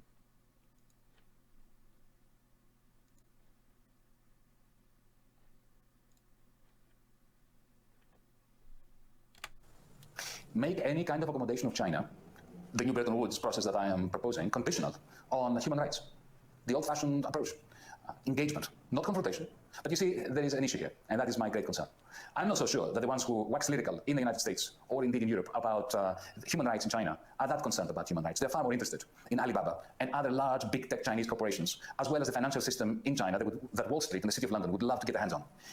I'm interested in human rights, and I would make it a condition for any kind of new Bretton Woods-style arrangements that would benefit China, and the Chinese government wants. Remember, it was the governor of the Central Bank of China, which in April 2009, in the G20 meeting, convened by Gordon Brown, was the one who suggested the International Clearing Union arrangements that John Maynard Keynes had proposed at the Bretton Woods Agreement. They want that kind of, not Marxist, Ambassador Bolton, but New Deal Keynesian accommodation. What we should say to them is, if you're interested in that, here are the conditions. Human rights across China and Hong Kong, as well as no more lignite-powered or coal-fired power stations. Thank you. Ambassador Bolton, you want to respond? And Absolutely true. Absolutely true. Because here's the thing. Here's kind of the double-edged sword of Chinese capitalism, right? It is that by engaging in state capitalism, China has essentially hooked its star on capitalism working. If China wants to perpetuate its supremacy, or its economic advantage here, then it really does need to engage in some kind of Bretton Woods 2.0 type system. And to that end, this would be an incredibly effective way of getting China on board. This is something that China wants. Human rights are something that the rest of the world wants. And I think that by doing this, everyone can benefit. It is a sensible and indeed a capitalistic solution to this problem. And you know, it also avoids. You might criticize it for being a capitalistic solution to the problem, but the alternative is John Bolton's idea, and it's basically we fight China, and that doesn't help anyone, really. I guess more particularly what I'd like to ask is, I think you lay out, I think quite clearly, the human right foibles of China and a need to react to in a certain level of assertiveness on the part of China in East Asia, and broader than that to Africa. It's not mentioned by you, but of course we know about that. Short of, I mean, in conjunction, I would guess, with a response at a security level, are there other ways that you would, or you disagree, or do you support what Professor Varoufakis is saying? Oh, and also, absolutely, John Bolton does not give a single shit about human rights abuses, like, at all, right? Like, I think we can pretty much safely say that. Like, Saudi Arabia is a literal monarchy that abuses its citizens on the regular. Qatar has, like, forced slave labor that builds its largest buildings. Like, the war in Yemen has been an absolute atrocity. Like, no, he doesn't give a single shit about these things. So, like, when he is bringing up the human, rightfully, by the way, like that China does have a lot of human rights abuses, that China is engaging in a lot of harmful and immoral or destructive behaviors, and yeah, behaviors that verge on on genocide. I mean, you could definitely argue that the treatment of Uyghurs in China is genocide. That he's not saying it with pure intentions to benefit the poor beleaguered Uyghur people. That's not what John Bolton cares about. And Yanis is incredibly right to call him out in a sideways fashion in this debate. Well, if you wanted to have an experiment, let's take the WTO. I mean, it was in the post-World War II universe of organizations. You had the UN, the IMF, and what was supposed to be the ITO, the International Trade Organization, that was never born. We had the GATT instead. We've outlived the GATT. Now we have the WTO. China was admitted in 2000. Oh, Dame 2001. Karen. I mean, well, the United was the States is universal just cry at the time that blatantly this will help hypocritical. The reformers inside China. China will conform that's to how they international argue norms in the financial and economic world. It will make them more responsible. They'll be a responsible stakeholder. They'll engage in a peaceful rise. And I think what we've seen is that over the 20 years of Chinese membership, they've systematically manipulated this theoretically pro-free trade organization by pursuing, with enormous success from China's point of view, a mercantilist foreign policy, mercantilist economic policy. So, okay, here they are, deeply embedded in the WTO. So how exactly, now that they're in, do we use the leverage that we may have because of human rights violations, or however you want to characterize it? You can do it on the basis of climate change and tell them they can abandon all their coal-fired plants. That'd be interesting to see. And when they tell us to stuff it, what do we do then? You want to respond to that, Professor Varoufakis? Yes, I'd like to. And I shall respond with 2 points. The first one is, there is no such thing as China. In the same way, there is no such thing as the United States. We have such complicated, complex economic, political system societies that there are many Americas, there are many Chinas. There is, Ambassador Bolton, you mentioned the reformers. The reformers are still there. They're in China. And many of them are putting up a wonderful struggle for creating more democratic rights, for pushing China in the direction of a greater accommodation with the rest of the world, for liberating Chinese workers from the shackles of the Communist Party apparatchiks. There's even a boisterous democratic movement within the different prefectures that even managed to unseat Chinese Communist Party officials. It is true that in Beijing, the central authority is becoming increasingly authoritarian. But we need to engage with the Democrats within China. And I would say the same thing, and I shall say this a bit later if I'm allowed, regarding Turkey. We need to engage with the Democrats and the forces that are there and who are, are really jeopardized and undermined by the cries in favor of a new Cold War against China. The second dimension that I think is important, and that's a more direct answer to Ambassador Bolton's point, how to engage with them. And what do we say? Ambassador Bolton, the World Trade Organization is a place that everybody manipulates. The United States manipulates. The European Union has repeatedly failed to subscribe to agreements at the WTO. Everybody does it. But there are other levers that we can use with China. The Chinese political economy is facing a major crisis. It hasn't come yet, but it will come.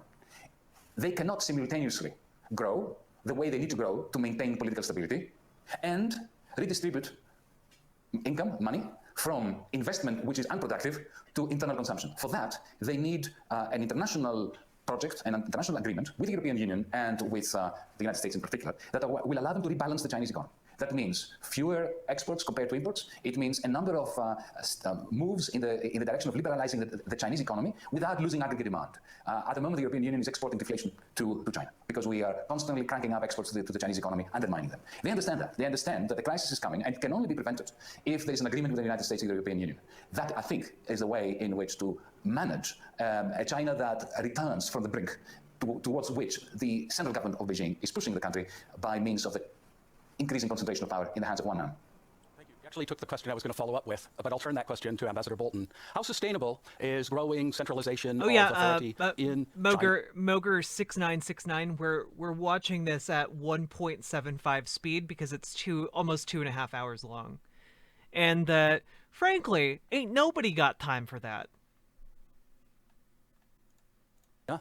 Is it sustainable? No, it's okay. Just wanted to explain. Levels of growth, normal kind of assumptions are that at some point levels of income and there's too much invested in the system that people will demand more liberal rights in accordance with growing material wealth. Do you think that there's a sustainability, or is it inherently unstable there? Look, it was the basic theory from Henry Kissinger to Bob Zoellick to the present that increased economic growth in China brought about by Deng Xiaoping's reforms would lead to more responsible behavior by China internationally, which has proven false, and would lead to increased democracy domestically, which is also false. So, authoritarian societies can last a very long time. That's not necessarily, as they say in financial statements, past performance is no indication of future results. You can't extrapolate. But I would respectfully disagree with Professor Varoufakis when he says that democracy advocates are still flourishing in China. 2 days ago, my very good friend Jimmy Lai was put in jail in Hong Kong again. And the authorities themselves say they're not going to let him out until his trial in April. I'm very worried Jimmy Lai is never coming out of jail. Hong Kong for China is one of the gravest threats that they face. Probably the gravest threat that they face is Taiwan. And yeah, the United States would never United States would never put someone in jail for an indefinite period of time, accusing them of being a traitor. Chelsea Manning. The United States would never do that to a U.S. citizen. Come on, come on. So when I hear suggestions that we engage with China and try and work with them, or in Cuba Taiwan, say, what yeah, their view exactly. is. They just had another free and fair election where they said, in effect, we are not going to accept the Beijing view of how relations between China and Taiwan are going to play out because, among other things, we've seen what you're doing in Hong Kong. And I think the world has also seen how China behaved with the coronavirus pandemic. It is beyond dispute, I think, that China covered up what happened in Wuhan, covered up the extent of the epidemiological consequences. Misinformation. Of the disease in China, covered up the extent of the economic influences, and by so doing impeded the ability of the rest of the world to deal effectively with the disease. There's so much we don't know now that I'm afraid we're never going to get to the bottom of it. This is not a government that I'm prepared to trust with very much. And when I say that, often it's met by reminding me of Ronald Reagan's use of the Russian proverb, trust but verify. Precisely the coronavirus experience shows the Chinese aren't going to let us verify. This is some fear-mongering bullshit. Just need to put that out there. By the way, I'm doing this in part because recently I uploaded a video to YouTube titled something talking about like the FDA's and Pfizer, like FDA's overview of the Pfizer coronavirus vaccine, and turns out YouTube is very convinced that I had misinformation in the video, and I was confused, so I went to a doctor and had them look over the video, a practicing actual MD who like treats coronavirus victims.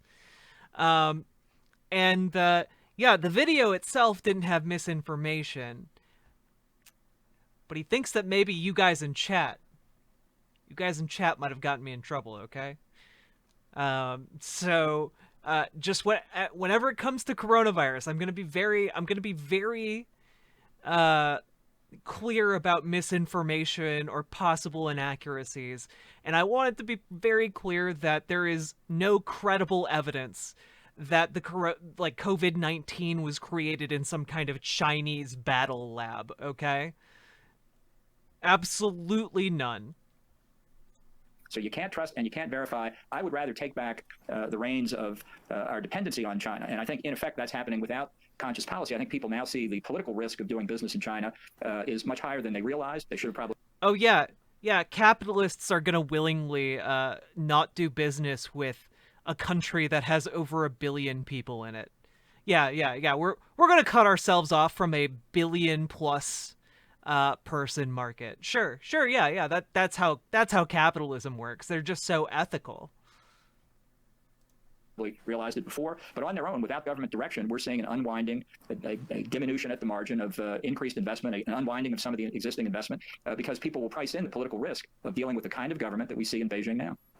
Oh, Holsky, it's not possible because literal bio, like chemists, experts have published researched papers indicating that in order to have like a bioweapon, essentially, in order for this to have been an engineered construct, they have to have a base. Yes, microbiologist. Thank you, Dame Karen. You have to have a base organism, and there is no base organism for COVID-19. So, like, that's a big part of the issue here. Like, it would have taken like 50 years to grow it in a lab. So like when you're talking about it having been like created, it's absolute lunacy. And like microbiologists and epidemiologists pretty much agree that it is not in fact a bioweapon. Just an escaped sample from a bat. I mean, again, it doesn't matter. It came out of an animal in Wuhan. I don't care if it came again, like this is the absolute ridiculous thing. It doesn't matter it really doesn't matter, because it's not China's fault that the other nations on the planet Earth responded so poorly to the coronavirus pandemic. It doesn't have to be a bioweapon to escape from a lab. I mean, I think it's just really fear-mongery bullshit, though, to be like, it escaped from a lab, obviously, because it's damaging the United States so much. It had to have been made with evil intent. And it's just like, pandemics happen. Like, they come from everywhere. Anytime it jumps from an animal to a human, you can have a pandemic. But don't say it didn't happen if it didn't. Well, okay, but then I can't say that I know that the sun, the Earth revolves around the sun. I don't know that. I just believe it when scientists tell me that that's the case. Because you should probably trust the best scientific data that we have. No, wait, Holsky, have you personally done the calculations to prove that the Earth revolves around the sun, or are you just repeating that because scientists told you that? Are you just repeating big sun propaganda? Okay, because yeah, I haven't done the calculations to see if the Earth is actually revolving around the sun. Yes, exactly. The always sunny in Philadelphia defense. So like that's the thing. We don't know. Unless you did the research personally. Thank you, Lady Raincloud. Also, subbies is an adorable word. Don't be quaint. There's a lot more documentation on the sun and Earth orbit and than the origins of COVID. I mean, there's also a lot of documentation about microbiology and genetic manipulation and all of that. There's an awful lot of that. I'm an aero engineer. I can do orbital calcs. Okay, then let's go the opposite direction. Like, I don't know. Do you know shit about like the human immune system? I don't know. My point was, it was supposed to be relatively understandable, but the point was that you have to trust experts when they come out and say these things. You have to trust scientists in peer-reviewed research when you have no other alternative, and the experts are largely agreeing right now that it's not some kind of bioweapon. And you're being really pedantic to be like, well, maybe it came out of a lab in Wuhan, and it just came out of an animal from a lab in Wuhan. And like, sure, but like, I don't understand why you're being like this. I trust that it's not an evil China bioweapon. That's not my point. Okay, well, but your point is just like, oh, but it might not have come from a market. It might have come from a lab. And I'm just like, why the fuck are you making this point? What did it add to the conversation at all? What did it add, Holsky? Like, I don't give a shit whether it came from a lab or not. Like, there's a non-zero chance that, like, the crazy person claiming to be Jesus could actually be Jesus. I don't know. I don't know his life story. I was being ambiguous. I don't know. I wasn't the one making a claim here. It was our good friend John Bolton saying it definitely came out of a Chinese lab and we'll never get to the bottom of it, as if there's some nefarious scheme going on. I'm just pointing out that the likelihood of there being a nefarious scheme to deliberately fuck the United States in this case is extremely small, because such a scheme would rely on the most piss-poor managing of an epidemic response in, like, the history of the planet. And that's what I was talking about. I don't know why you had to make the pedantic point. It kind of pissed me off. But, anyway, the only point I'm making is that the idea that there's some nefariousness going on China's part with this is just kind of stupid in the extreme. Anyway, I'm going to change the subject and move away from China now. I'm going to actually, maybe I'm just curious on my own part. So loser's consent is an essential... Yeah, I know. Pissed about being pedantic on a politics channel. I just don't care about politics channel. I don't care about politics channel. I would rather have a good discussion. And pedantic arguments are not good discussions. But also, Holsky, good for you. I'm glad you know that the Earth revolves around the sun. Okay, I'm glad that you've done the calculations. That's good to know. Aspect of democracy. So to what extent is Donald Trump's refusal to concede the election problematic, and is there a long-term consequence in your opinion, or do you think this is a minor, another month and it'll go away kind of thing? Well, I think Trump is an anomaly and an aberration, but that doesn't mean that he's not dangerous. It's the reason that I resigned from being the national security advisor, one reason why I wrote my book, and the principal reason why for the first time in my adult life I didn't vote for the Republican nominee for president. I think the damage that he's done to the United States internationally and domestically can be repaired. I'm actually optimistic it can be repaired quickly, but I fear that if he had been elected for a second term, some of that damage might have been irreparable, and we're going to have to face the consequences of Trump for a long time. But I do think that the experience is a warning. It's not a tendency, and I think that Trump himself will go down in history as the worst president that we've ever had because of this overall reaction. Every day that goes on diminishes his reputation, and slowly, more slowly than I would like, within the Republican Party, leaders are beginning to say that as well.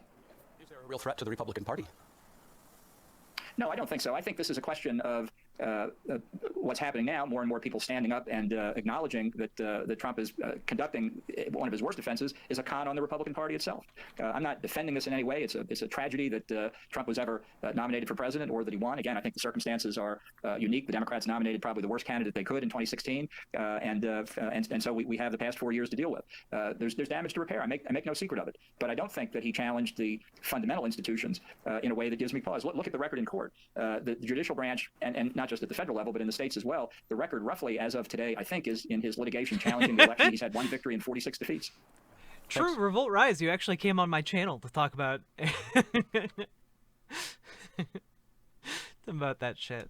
I'll let you join in, Professor Varoufakis, if you want to make a comment on this, on Trump and the non-concession, the lack of loser's consent, if you will. Sorry, did you... Well, very briefly, Donald Trump is a symptom. And he's a symptom of the Obama administration's failure to live up to the expectations of those who, after 2008, expected a new deal from the Democrats and didn't get it. Instead, you had lots of left behind people, you had lots of held behind people, you had a lot of anger and a lot of discontent. And when you have this kind of discontent and anger, people will vote for whoever they think is going to annoy the well-off, the ones who have a cushy job and a cushy place in society. And this is what Donald Trump did. He's weaponizing this discontent. He will continue to do so. Unfortunately, he has created a bubble of people who are convinced that he was robbed.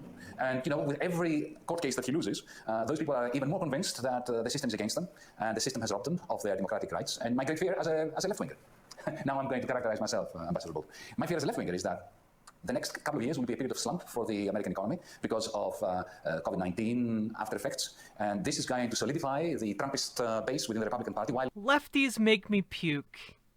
Thank you very much for hitting that follow button, friend. This is the right place for you. Totally not a lefty channel. Splitting up the Democrats. Because Biden won due to the Bernie Sanders, AOC, Elizabeth Warren supporters that this time, unlike 2016, came out in force to vote for Biden. Biden now is liberated from the New Deal, from the Green New Deal. He never wanted it. Now he doesn't have to do it because he does control the Senate, and I don't think he will in any meaningful way. And the next couple of years, but this is my fear. I truly hope I'm wrong. That Trump has lost, but Trumpism is going to take over the Republican Party even more powerfully. And we're going to have very negative repercussions for liberal democracy across the world.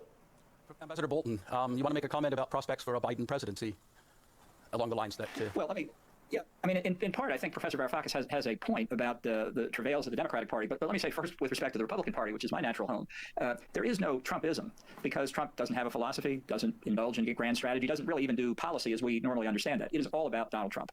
And I think what he has been able to do, and it's disturbing, I don't deny it, is that he has persuaded a number of people. He's intimidated a lot of other people, but he's persuaded a lot of people that, as he said in the 2016 Republican convention, only I can fix it. Now, this is a dangerous statement to make, and it's especially dangerous for Republicans. Our party has always been one of policy over personality, and that's why we're going to have a huge conversation once Trump leaves the Oval Office, which he will at noon on the 20th of January. And once that happens, the political dynamic in the United States changes dramatically. For Biden, I don't envy him his task. I didn't vote for him either, by the way. I wrote in somebody else's name because I was not going to be happy with the Biden presidency for very different reasons. I think Professor Varoufakis is right. I think the Democratic Party is in grave danger of splitting as it attempts to govern, and I'm much more optimistic that the Trump influence can be removed from the Republican Party if we win the 2 Senate seats in Georgia. We'll maintain control of the Senate, definitely not predicted before the election, and we've come within 5 or 6 seats of gaining. Yeah, but how do you wash clean the absolute like bullshit that the Republican Party has had to like obsequiously like debase themselves in front of Trump for like 4 years and like lick his boots? That doesn't go away overnight. Oh yeah, he absolutely doesn't care. Who did John Bolton write in? This is a good question. Who do you guys think that John Bolton wrote in? Like, did he write in Ronald Reagan? Did he write in? Yeah, did he vote Kanye? Oh, yes, he voted for Libertarian candidate Sam Cedar. Very true. Very true. Cousin Throgmorton. Majority in the House of Representatives, an absolutely stunning result. So I think the return of the Republican Party to a Reagan-esque approach is something that with work we can accomplish. That let me just go out on a limb and say this absolutely is not what's going to happen. And thanks to the blue-collar workers that Trump did bring into the party, and the more educated, more affluent voters that he pushed out, which we can bring back, I think, and given the travails in the Democratic Party, I think there's a period of substantial possibility ahead for the Republicans. I think Biden will be a one-term president. All right, thank you very much. Well, he's declared himself to be a one-term president. Kind of take a point raised by Professor Varoufakis, and it kind of goes back to his initial statement about growing up in in Greece and the period of the dictatorship. To what extent, so your career has been a very consistent one, advocating and supporting U.S. sovereignty, expounding for U.S. national interests. To what extent is there an inherent, maybe there's going to be at some level winners and losers in the globe, and to what extent does that focus on, is there a way to square that circle, whereas sovereignty doesn't necessarily create losers or disorder in the global system? Is there a happy, ordered focus which would still preserve U.S. sovereignty? With Greece, the professor, if I heard him correctly, said that he lived in Greece at the time of following the fascist coup, which had been inspired by the United States. I have to say that's the first time I've heard that. I didn't know that was another one we should take credit for. I'm not aware that we ever inspired a coup of any kind in Greece, but the concern that I have for sovereignty Yanis, is not abstract. It's a question about who governs.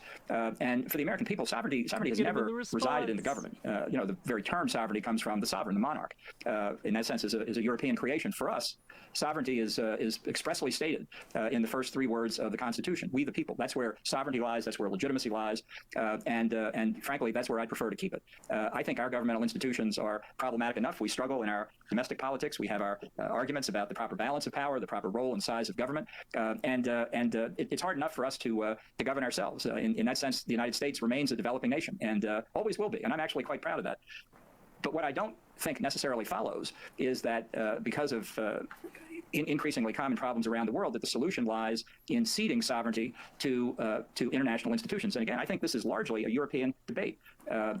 Europeans have gotten very used to ceding sovereignty to Brussels. They're also very happy to try and get others to cede their sovereignty to something else. I don't see it that way. I understand some of the origins of the desire for European Union with the rise of fascism in Germany and Italy. Yeah, so just don't have any diplomacy whatsoever. Don't ever work together with other countries. You're ceding your sovereignty every time you sign a diplomatic agreement, okay? You've ceded your sovereignty every time you sign a trade agreement, all of this. Wow. Pre-war period, but other sovereign powers in Europe didn't fail. Britain didn't fail. So I don't buy the argument that sovereignty is part of the problem. I don't think it gives winners or losers. I think a sovereign nation like the United States, through protection of its sovereignty, has given its citizens a measure of liberty and economic security never before seen. Why would I want to change that? Professor Varoufakis, you want to respond to that? the nature of sovereignty. Before I speak to the question about the Greek coup d'etat, let me say that I see eye to eye with Ambassador Bolton on the question of sovereignty. Sovereignty is crucial, and it must be the sovereignty of we, the people, whether we're talking about the other side of the Atlantic, the United States, or Europe. There has been a tendency, he's quite right, in Europe over the last 50 years of European integration, to diminish the importance of sovereignty, to say silly things like, we're pulling our sovereignty together because these days it's really not important because we live in an era of globalization where nobody's sovereign, and therefore let's at least agglomerate, stick together in order to be more powerful in this world. And that is a major, major source of confusion between sovereignty and power. They're not the same thing. You have a tiny little nation like Iceland, which is sovereign. It's a country of 350,000 people. They're not powerful, but the sovereignty that they have has proven crucial, for instance, after 2008, in saying, no, we are not going to shift the losses of the Icelandic banks onto the shoulders of small businessmen, women, households, and so on. And they managed to avoid the awful fate of the Greek people, who, having ceded their sovereignty to the European Union, at least the monetary union, the Eurozone, could not do that. So I am a strong supporter, even I would go as far as to say I'm quite Burkean when it comes to the importance of sovereignty. The question is, how do sovereign nations, how do sovereign governments collaborate with one another? And what kind of rules of the game do we want to institute? Gosh, he's so as we live in a good global society as opposed to a dystopia. And here I'm going to end with a bit of news for Ambassador Bolton. On the 21st of April 1967, a CIA-sponsored coup took place in Greece, and then another one in the November of 1973. And you don't have to even believe me. President Bill Clinton, when he visited Athens, I believe at some point even apologized for this. There is no doubt about it. Ambassador Bolton, it was a very silly coup d'etat. It was a very silly thing to have done because it didn't serve American interests even. Mutual respect of sovereignty and finding mutual agreements that are mutually beneficial amongst sovereign countries is the way to go. The Bretton Woods story, which I keep repeating, not because I'm a Marxist, irrespective of whether I'm a Marxist or not, because those who created Bretton Woods, remember, were no, American he wouldn't patriots look good with mostly, the beard, and Archangel. they would really balk if somebody called them Marxists. The beauty of the Bretton Woods system was that sovereign nations came together and decided not to seek sovereignty, but to come to an agreement that would be mutually beneficial regarding capital controls, exchange rates, and recycling of surpluses and deficits. And I think this is what we need to do. And that doesn't require any ceding of sovereignty. Thank you very much, both of you. That was the end of the debate section. So you in the audience, the online audience, we've got a number of questions already. You're invited to write and submit questions. I don't have a beard Holder king. Prize, and you can submit the questions. So I'm going to turn to some questions that have been brought by the online audience. I guess under normal conditions, you would have had a dinner last night with us, and there would be a live audience, and people would be clamoring for a microphone, I suppose. But we'll do what we can here. The first question I have here is for both of you, and it says both Bolton and Varoufakis at times have played roles of outsiders. Not always deciders, but building new ideas, breaking old ones, creating space for change. Is that correct? Did you regard yourselves as outsiders in your careers? And was that a time of reflection and development and forcing you in new directions or not? And do you recognize that in each other? I'll turn to you first, Ambassador Bolton. Well, thank you. Well, sure. Look, my first political campaign as a 15-year-old high school student was for Barry Goldwater for president in 1964. And he got whomped in one of the worst landslides in American history, but didn't change my view that he had been correct philosophically. And I continued along that road. I'm a child of the 60s. I'm a baby boomer, and I got my undergraduate education at Yale. If you want to consider being an outsider, consider being a conservative at Yale in the late 1960s. But Yeah, imagine campaigning as a high schooler for fucking Barry Goldwater. Gross. As the saying goes, I think it builds your character and gets you ready for the larger debate. Thank you. Professor Varoufakis. Well, I'm an accidental politician. I never wanted to be one. The only reason why you're looking at me as a politician today is because Greece went bankrupt in 2010. The state and the banks and the whole country. And unfortunately, we had governments and the European Union bureaucracy, an oligarchy that insisted on giving our government one credit card after the next, pretending that we are repaying our debts under conditions that were catastrophic for the private sector, the public sector, everyone. And at some point, after having written a lot and spoken a lot against that inanity, that both leftists and rightists would agree was a crime against logic, not just against our society. At some point, I was invited to join the government as a Minister of Finance. I got elected with a very large percentage of the vote in my constituency. And the rest is history. But because I was an accidental politician, I wasn't really interested in being a minister. I was interested in getting a job done, that is, restructure the debt, to get the people out here out of debtor's prison. At the moment, my Prime Minister went another way and signed on the dotted line of another credit card application. I was out. Yeah, thank you. Another question, it's a question for you both, and it's as follows. Is Turkey a source of regional instability, and why should Turkey remain in NATO? You started to answer this, Ambassador Bolton, about a decision on the part of Erdogan. You want to follow up on, as a source of regional instability, you kind of alluded to that with creating a neo-Ottoman empire and things, but I'll ask the question.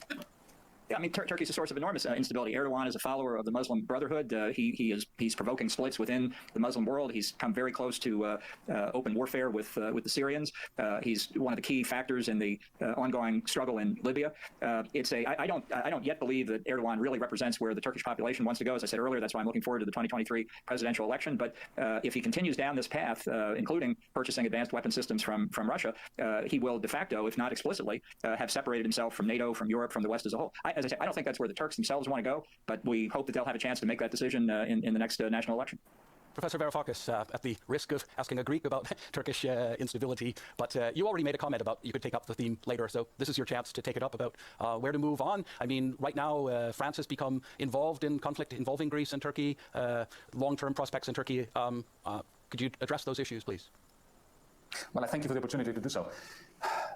Turkey has been an unstable regime for a very long time. They have a history of coup d'etats, one after the other, and every time a regime in Turkey feels insecure, they up the ante, they increase the tensions in the Aegean Sea with us here in Greece.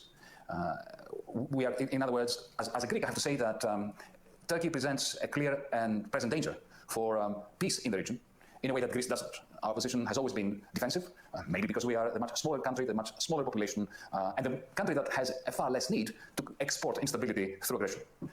Having said that, Erdogan, I remember, has been ruling for a long time now. I agree with Ambassador Bolton that now he's in a minority. Thankfully, the majority of Turks have turned against him. And the more they turn against him, the more paranoid he becomes, the more the tensions that he builds up across the region. But at the same time, one has to say that he's a great beneficiary of United States policy. It was the invasion of Iraq that effectively destroyed almost every regional power, including Egypt, and left only two countries standing as potential representatives of the Muslim world, Iran on the one hand and Turkey on the other. And Turkey has used that under Erdogan, the Erdogan regime, not Turkey, but the Erdogan regime has used this in order to project power beyond the borders of Turkey in a very efficient way. Absolutely. This is not a compliment, this is just a realization, a recognition of a fact. He is winning skirmishes or wars or conflicts in Azerbaijan. I feel like I don't know, maybe it's boring for me to watch Yanis Varoufakis videos because I'm just like, oh yeah, king, go off, you know? Like he just has a really good grasp on all of these international dynamics and a really good grasp on economics. And I think economics really undergirds a lot of international conflict. In Nagorno-Karabakh, in Libya, in Iraq, in Syria, and that is allowing him to stabilize the inherently unstable regime within Turkey. Speaking as a Greek politician, it is essential that the rest of us reinforce to the extent that we can our Turkish Democrat friends. They are the ones that will have to overthrow Erdogan. They're the ones who will have to turn Turkey into a source of stability in the neighborhood. The European Union is a source of instability. You mentioned France. Look at what is happening in Libya. You have France supporting one of the warlords, and you have the European Union, nominally at least, on the side of the recognized government in Tripoli. You have German business actively involved in the Turkish economy. Therefore, the German Chancellor will never contemplate sanctions against Turkey, whatever Turkey does in the Aegean. And at the same time, you have Italian and French interest moving in the opposite direction. The European Union, if you put the words European, foreign, and policy together, you end up with a very sad joke, unfortunately. So what I think we should be doing, this is what our party, Mera 25, is proposing in the Greek Parliament, is that the Greek government should call for an Eastern Mediterranean conference, call the leaders, including Erdogan, to sit around the table, not in order to agree, but at least to sketch on the same map their demands regarding exclusive economic zones, regarding the manner in which the Eastern Mediterranean must be divided up. And then take this, agree that we're going to take this to the International Court at The Hague. I'm not saying that this process would lead to peace, but what I'm saying is that instead of siding with France versus Turkey, creating these debates within the European Union which are divisive and effectively aid and abet Erdogan, we should call for a diplomatic solution that involves all member states of the Eastern Mediterranean and let Erdogan say no to this. This is going to diminish him in the eyes of Turkish Democrats, in the eyes of the Turkish people, who are, in the long run, our best allies in turning Turkey from a source of instability to a source of democracy and stability in the region. Thank you. Thank you. This is a question asking just for Ambassador Bolton, so I'll ask it. This is quoting from the online questioner.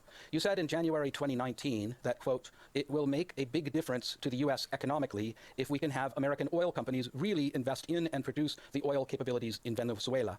To what extent do the interests of U.S. oil companies determine U.S. policy on regime change? They didn't determine policy. The oil company we were most concerned about and remain most concerned about in Venezuela is Citgo, where the Maduro regime continues to hold a number of Citgo representatives, and the damage they might have done to Citgo in the United States as a result of U.S. recognition of Juan Guaido as the interim president. What I was referring to there was the clear opportunity if the Maduro regime were forced to recede. Yeah, this is the response of someone who absolutely caters to the interests of oil companies. For American and other companies, there would be an enormous opportunity to refurbish the incredibly devastated Venezuelan oil infrastructure. Under 20 years of socialist rule by Chavez and Maduro. Yeah. I mean, we wouldn't want to like go in and refurbish their aged oil infrastructure. I mean, we wouldn't want to do that, okay? But I mean, if we took over Venezuela, I mean, our companies would be the best equipped to go do these things. So obviously ExxonMobil would go in. Obviously we'd have to break up Citgo.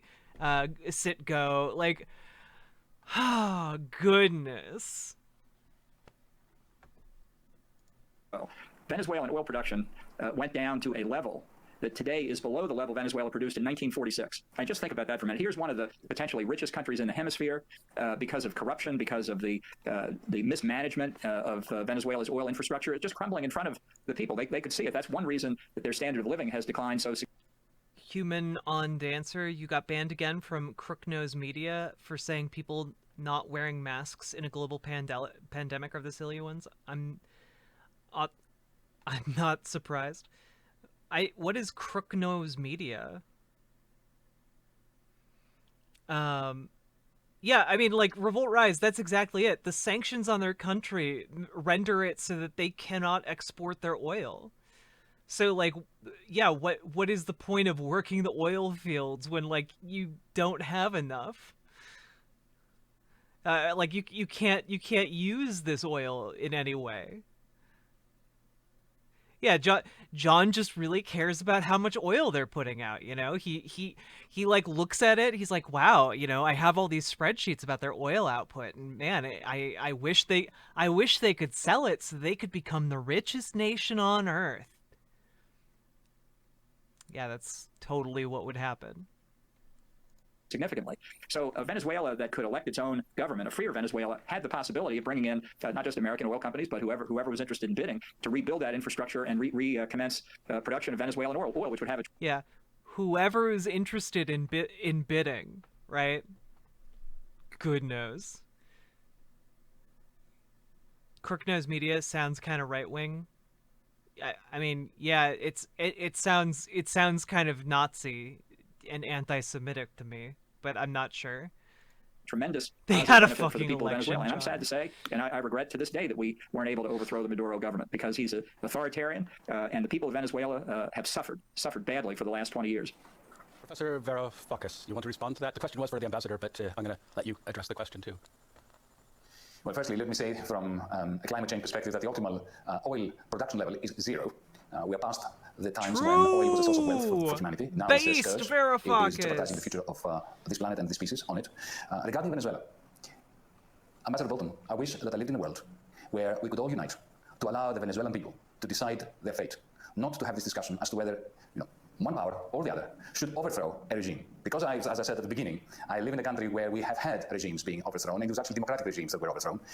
I do not believe that it augurs well for global stability to be using the language of the coup d'etat as a means of introducing liberalism. Thank you. Thank you. Damn.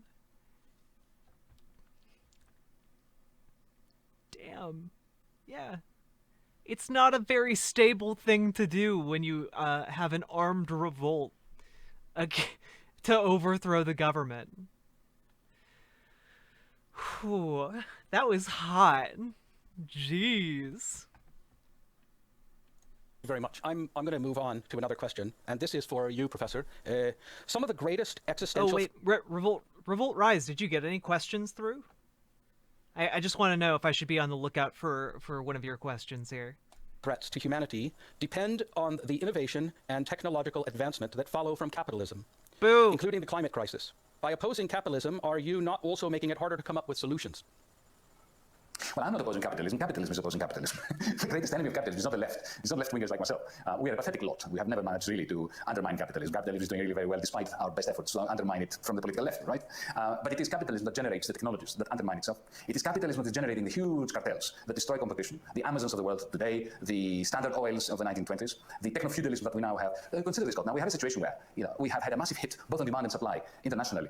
And the financial markets are doing really very well. Why? Because they are completely and utterly dependent on public money printed by the central banks. So you've got the financial sector that is doing very well, thank you, courtesy of the state. That's not exactly a liberal capitalist situation, right? It's a kind of usurpation of capitalism, while small business, medium-sized business, people actually doing stuff out there are having a horrible time. So this disconnection between financial markets and small business, the way in which, the American dream that we all had once upon a time, that, our kids would be better off than we are, and that we were better off than our parents and grandparents. That has gone for the vast majority of people in the West. This is no longer the case. Hard work has been decoupled with poverty alleviation. And therefore, you see that capitalism is already morphing into something else, something that bears no relationship to the writings of Adam Smith, the idea of the baker, the brewer, and the butcher, who on the basis of competitive markets are producing and supplying us with our daily bread, meat, and lager. Instead, we have platform companies that resemble mini Soviet unions like Google, Facebook, and Amazon. To save democracy, to save markets and competition, we need to oppose that morphed version of capitalism, that which is the evolution of a capitalism that now doesn't even resemble the vision that pro-capitalist great thinkers put forward. Okay, thank you. Ambassador Bolton, you want to Also, comment about the role fuck of capitalism in capitalism. technological development? Look, 1776 was a very good year. Adam Smith published The Wealth of Nations. The United States declared independence. The two have gone hand in hand together. Let me just say about capitalism, and I don't want to make an extended debate. Capitalism is about freedom. Capitalism isn't some philosophy that's imposed from outside. Capitalism is what Aboriginal Really? It's not about some ideology. Okay, sure. peoples all around the world did. Some grew food, some did other things. They exchanged products. This is the way people live. And and the idea that did he just say that everyone does capitalism? That like Aboriginal people do capitalism? Is that really what he said? Capitalism, that which is the evolution of a capitalism that now doesn't even resemble the vision that pro-capitalist great thinkers put forward. Okay, thank you. Ambassador Bolton, you want to comment about the role of capitalism in technological development? Look, 1776 was a very good year. Adam Smith published The Wealth of Nations. The United States declared independence. The two have gone hand in hand together. Let me just say about capitalism, and I don't want to make an extended debate. Capitalism is about freedom. Capitalism isn't some philosophy that's imposed from outside. Capitalism is what Aboriginal peoples all around the world did. Some grew food, some did other things.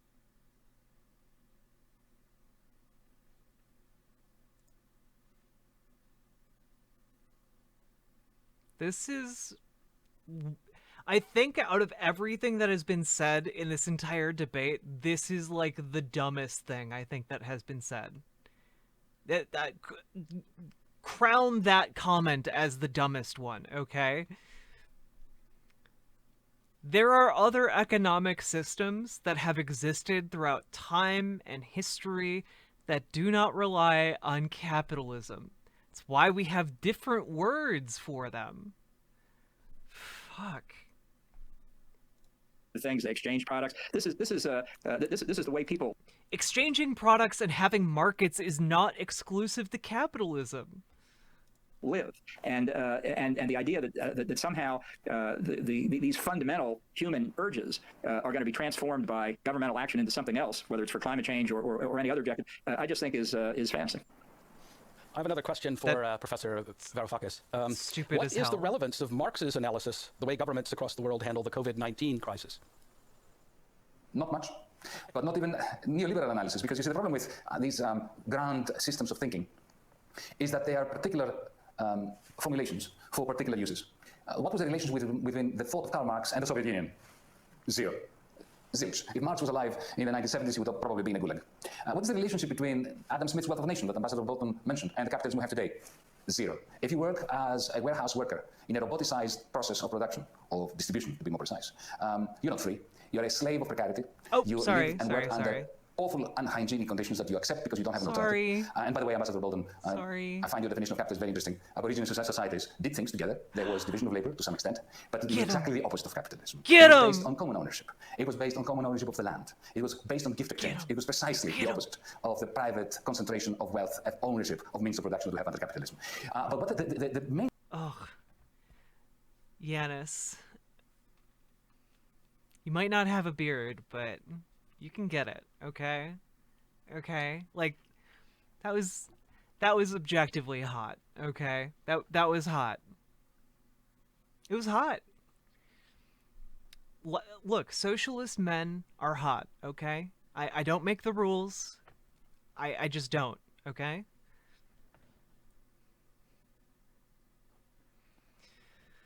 One lesson that I would like to draw attention to regarding COVID-19 is the way in which, I mentioned that before, I'll say this once more. Look, something remarkable happened on the 12th of August, last August, in London. At 9:05 in the morning, there was the announcement that the British economy had tanked, absolutely tanked, because of COVID-19. You know, more than 20% loss of GDP. That had never happened in the history of Britain. And what happens 11 minutes later?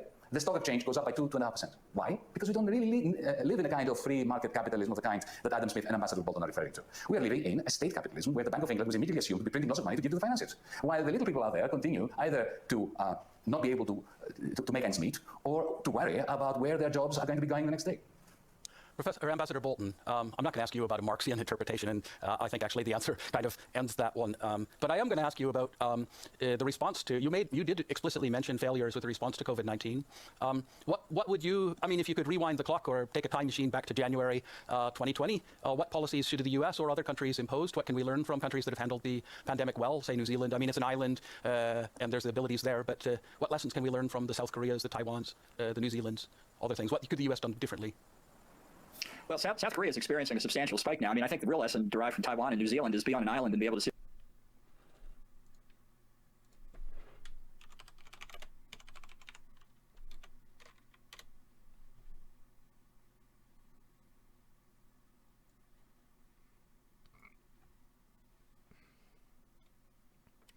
These are their daily infections, I believe. Yeah, they have a total of 722 deaths. You know, just 300,000 less than we do. That's their substantial spike, is them having 1,000 new cases in one day. Okay? Let's just real quick, let's take a look at US COVID. Oh, what's that? We had 179,803 new cases today? Oh, you mean we're doing literally between 180 to 280 times worse than South Korea? Gee whiz.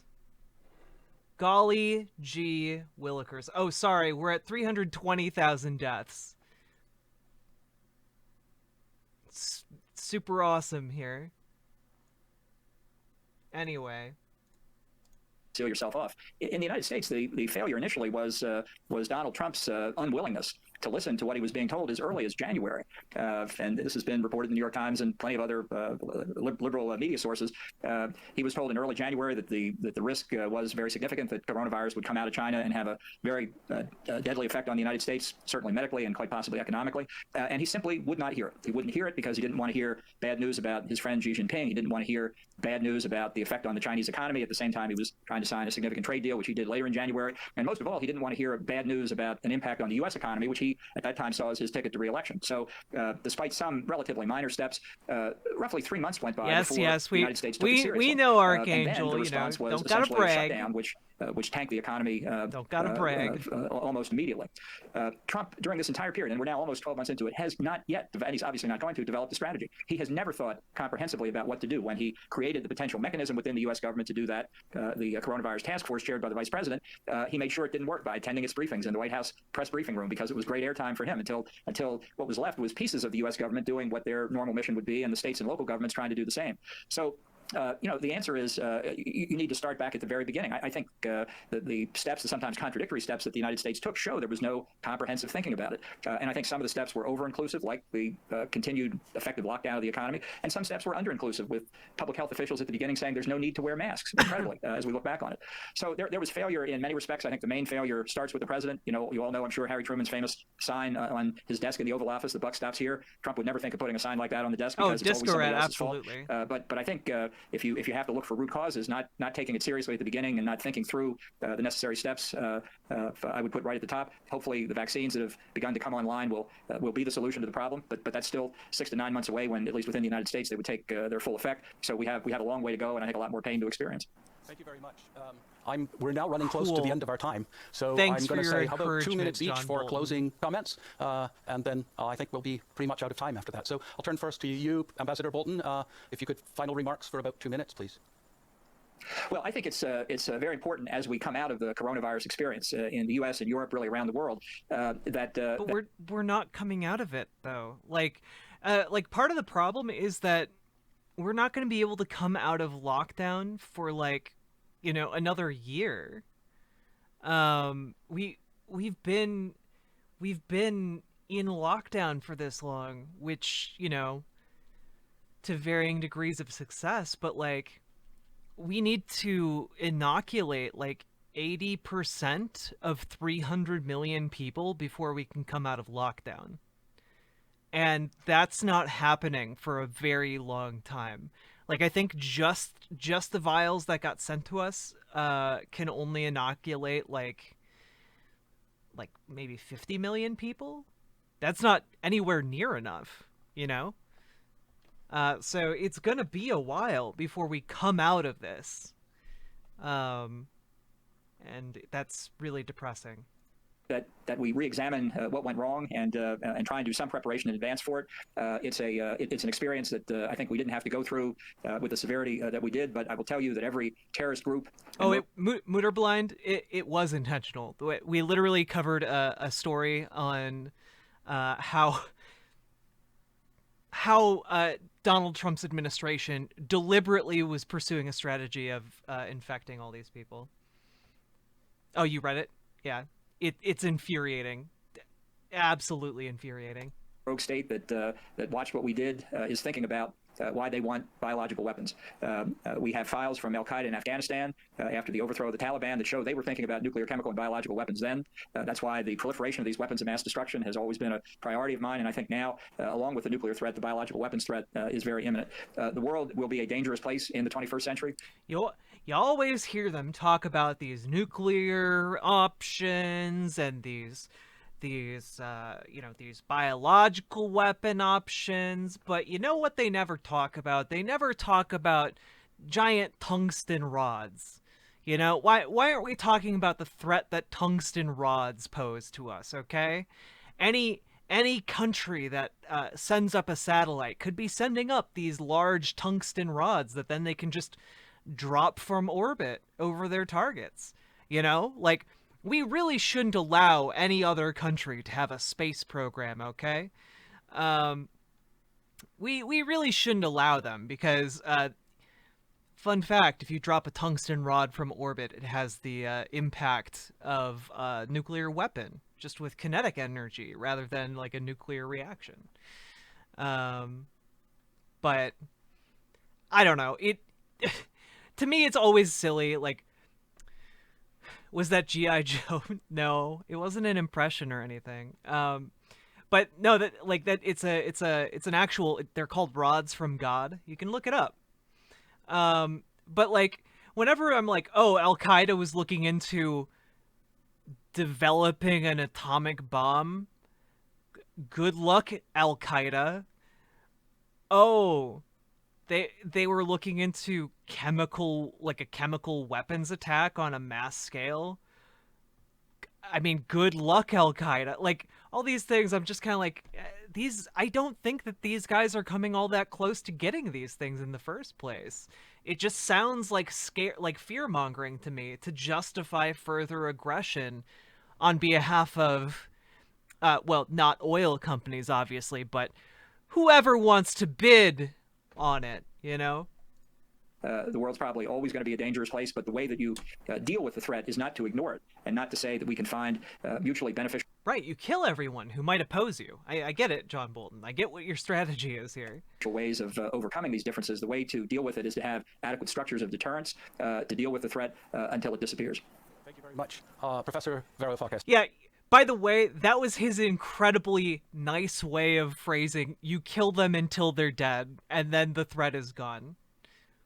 you have weapons to kill them with, and then if you use them to kill them. Yes. 2 minutes, please. Well, in the spirit of your choice of debaters today, I suspect the reason you chose a European, maybe a Southern European, and an American speaker is because you want, from Norway, where you are, to bring together the two continents to have a discussion about the future of the world. So in my closing statement, what I'm going to do is I'm going to bring out climate change, which hasn't featured much, but bring it out as an example of the kind of peril that we face. Because just like climate change, global security, global poverty, financial stability, public health, especially during a pandemic, these are collective touring problems, news. Yeah, humanity-wide problems that require collective decisions and collective action. The United States, after 1944, 1945, has played a very significant role, and often a very positive role, in helping bring together the nations of the world in a degree of harmony and with some efficiency, especially in the 1950s and 60s with Bretton Woods. I do believe that Europeans have two duties. One is to unite within the European Union, properly to unite, to create a proper political union so the Americans can actually call someone with authority. And secondly, to elicit from the United States a new readiness to come to terms with a new multilateralism, a new internationalism, a new international solidarity that deals with these global threats as a common enemy. If we don't, if we fail to come together as Europeans and globally, internationally, I very much fear that we are going to be on a perilous road to a barren future. Thank you. Thank you very much to both of you. Very much appreciate it. And you're right, there are so many themes we didn't touch upon, climate change being a very important one that we really didn't adequately touch. There's many, many topics, of course, that we couldn't deal with. I want to thank you. Thank you very much for watching, and thanks. Cool. Touring news. Yeah, that was definitely a highlight from this debate. John Bolton really did a huge, just a lot of shit coming out of his mouth. Now, granted, at the very least, it's a refreshing change of pace from, watching Trump-supporting media and, just seeing them just exist in a completely unhinged reality. In this case, I think John Bolton largely exists in the same reality that we do. He just has a deranged way of interacting with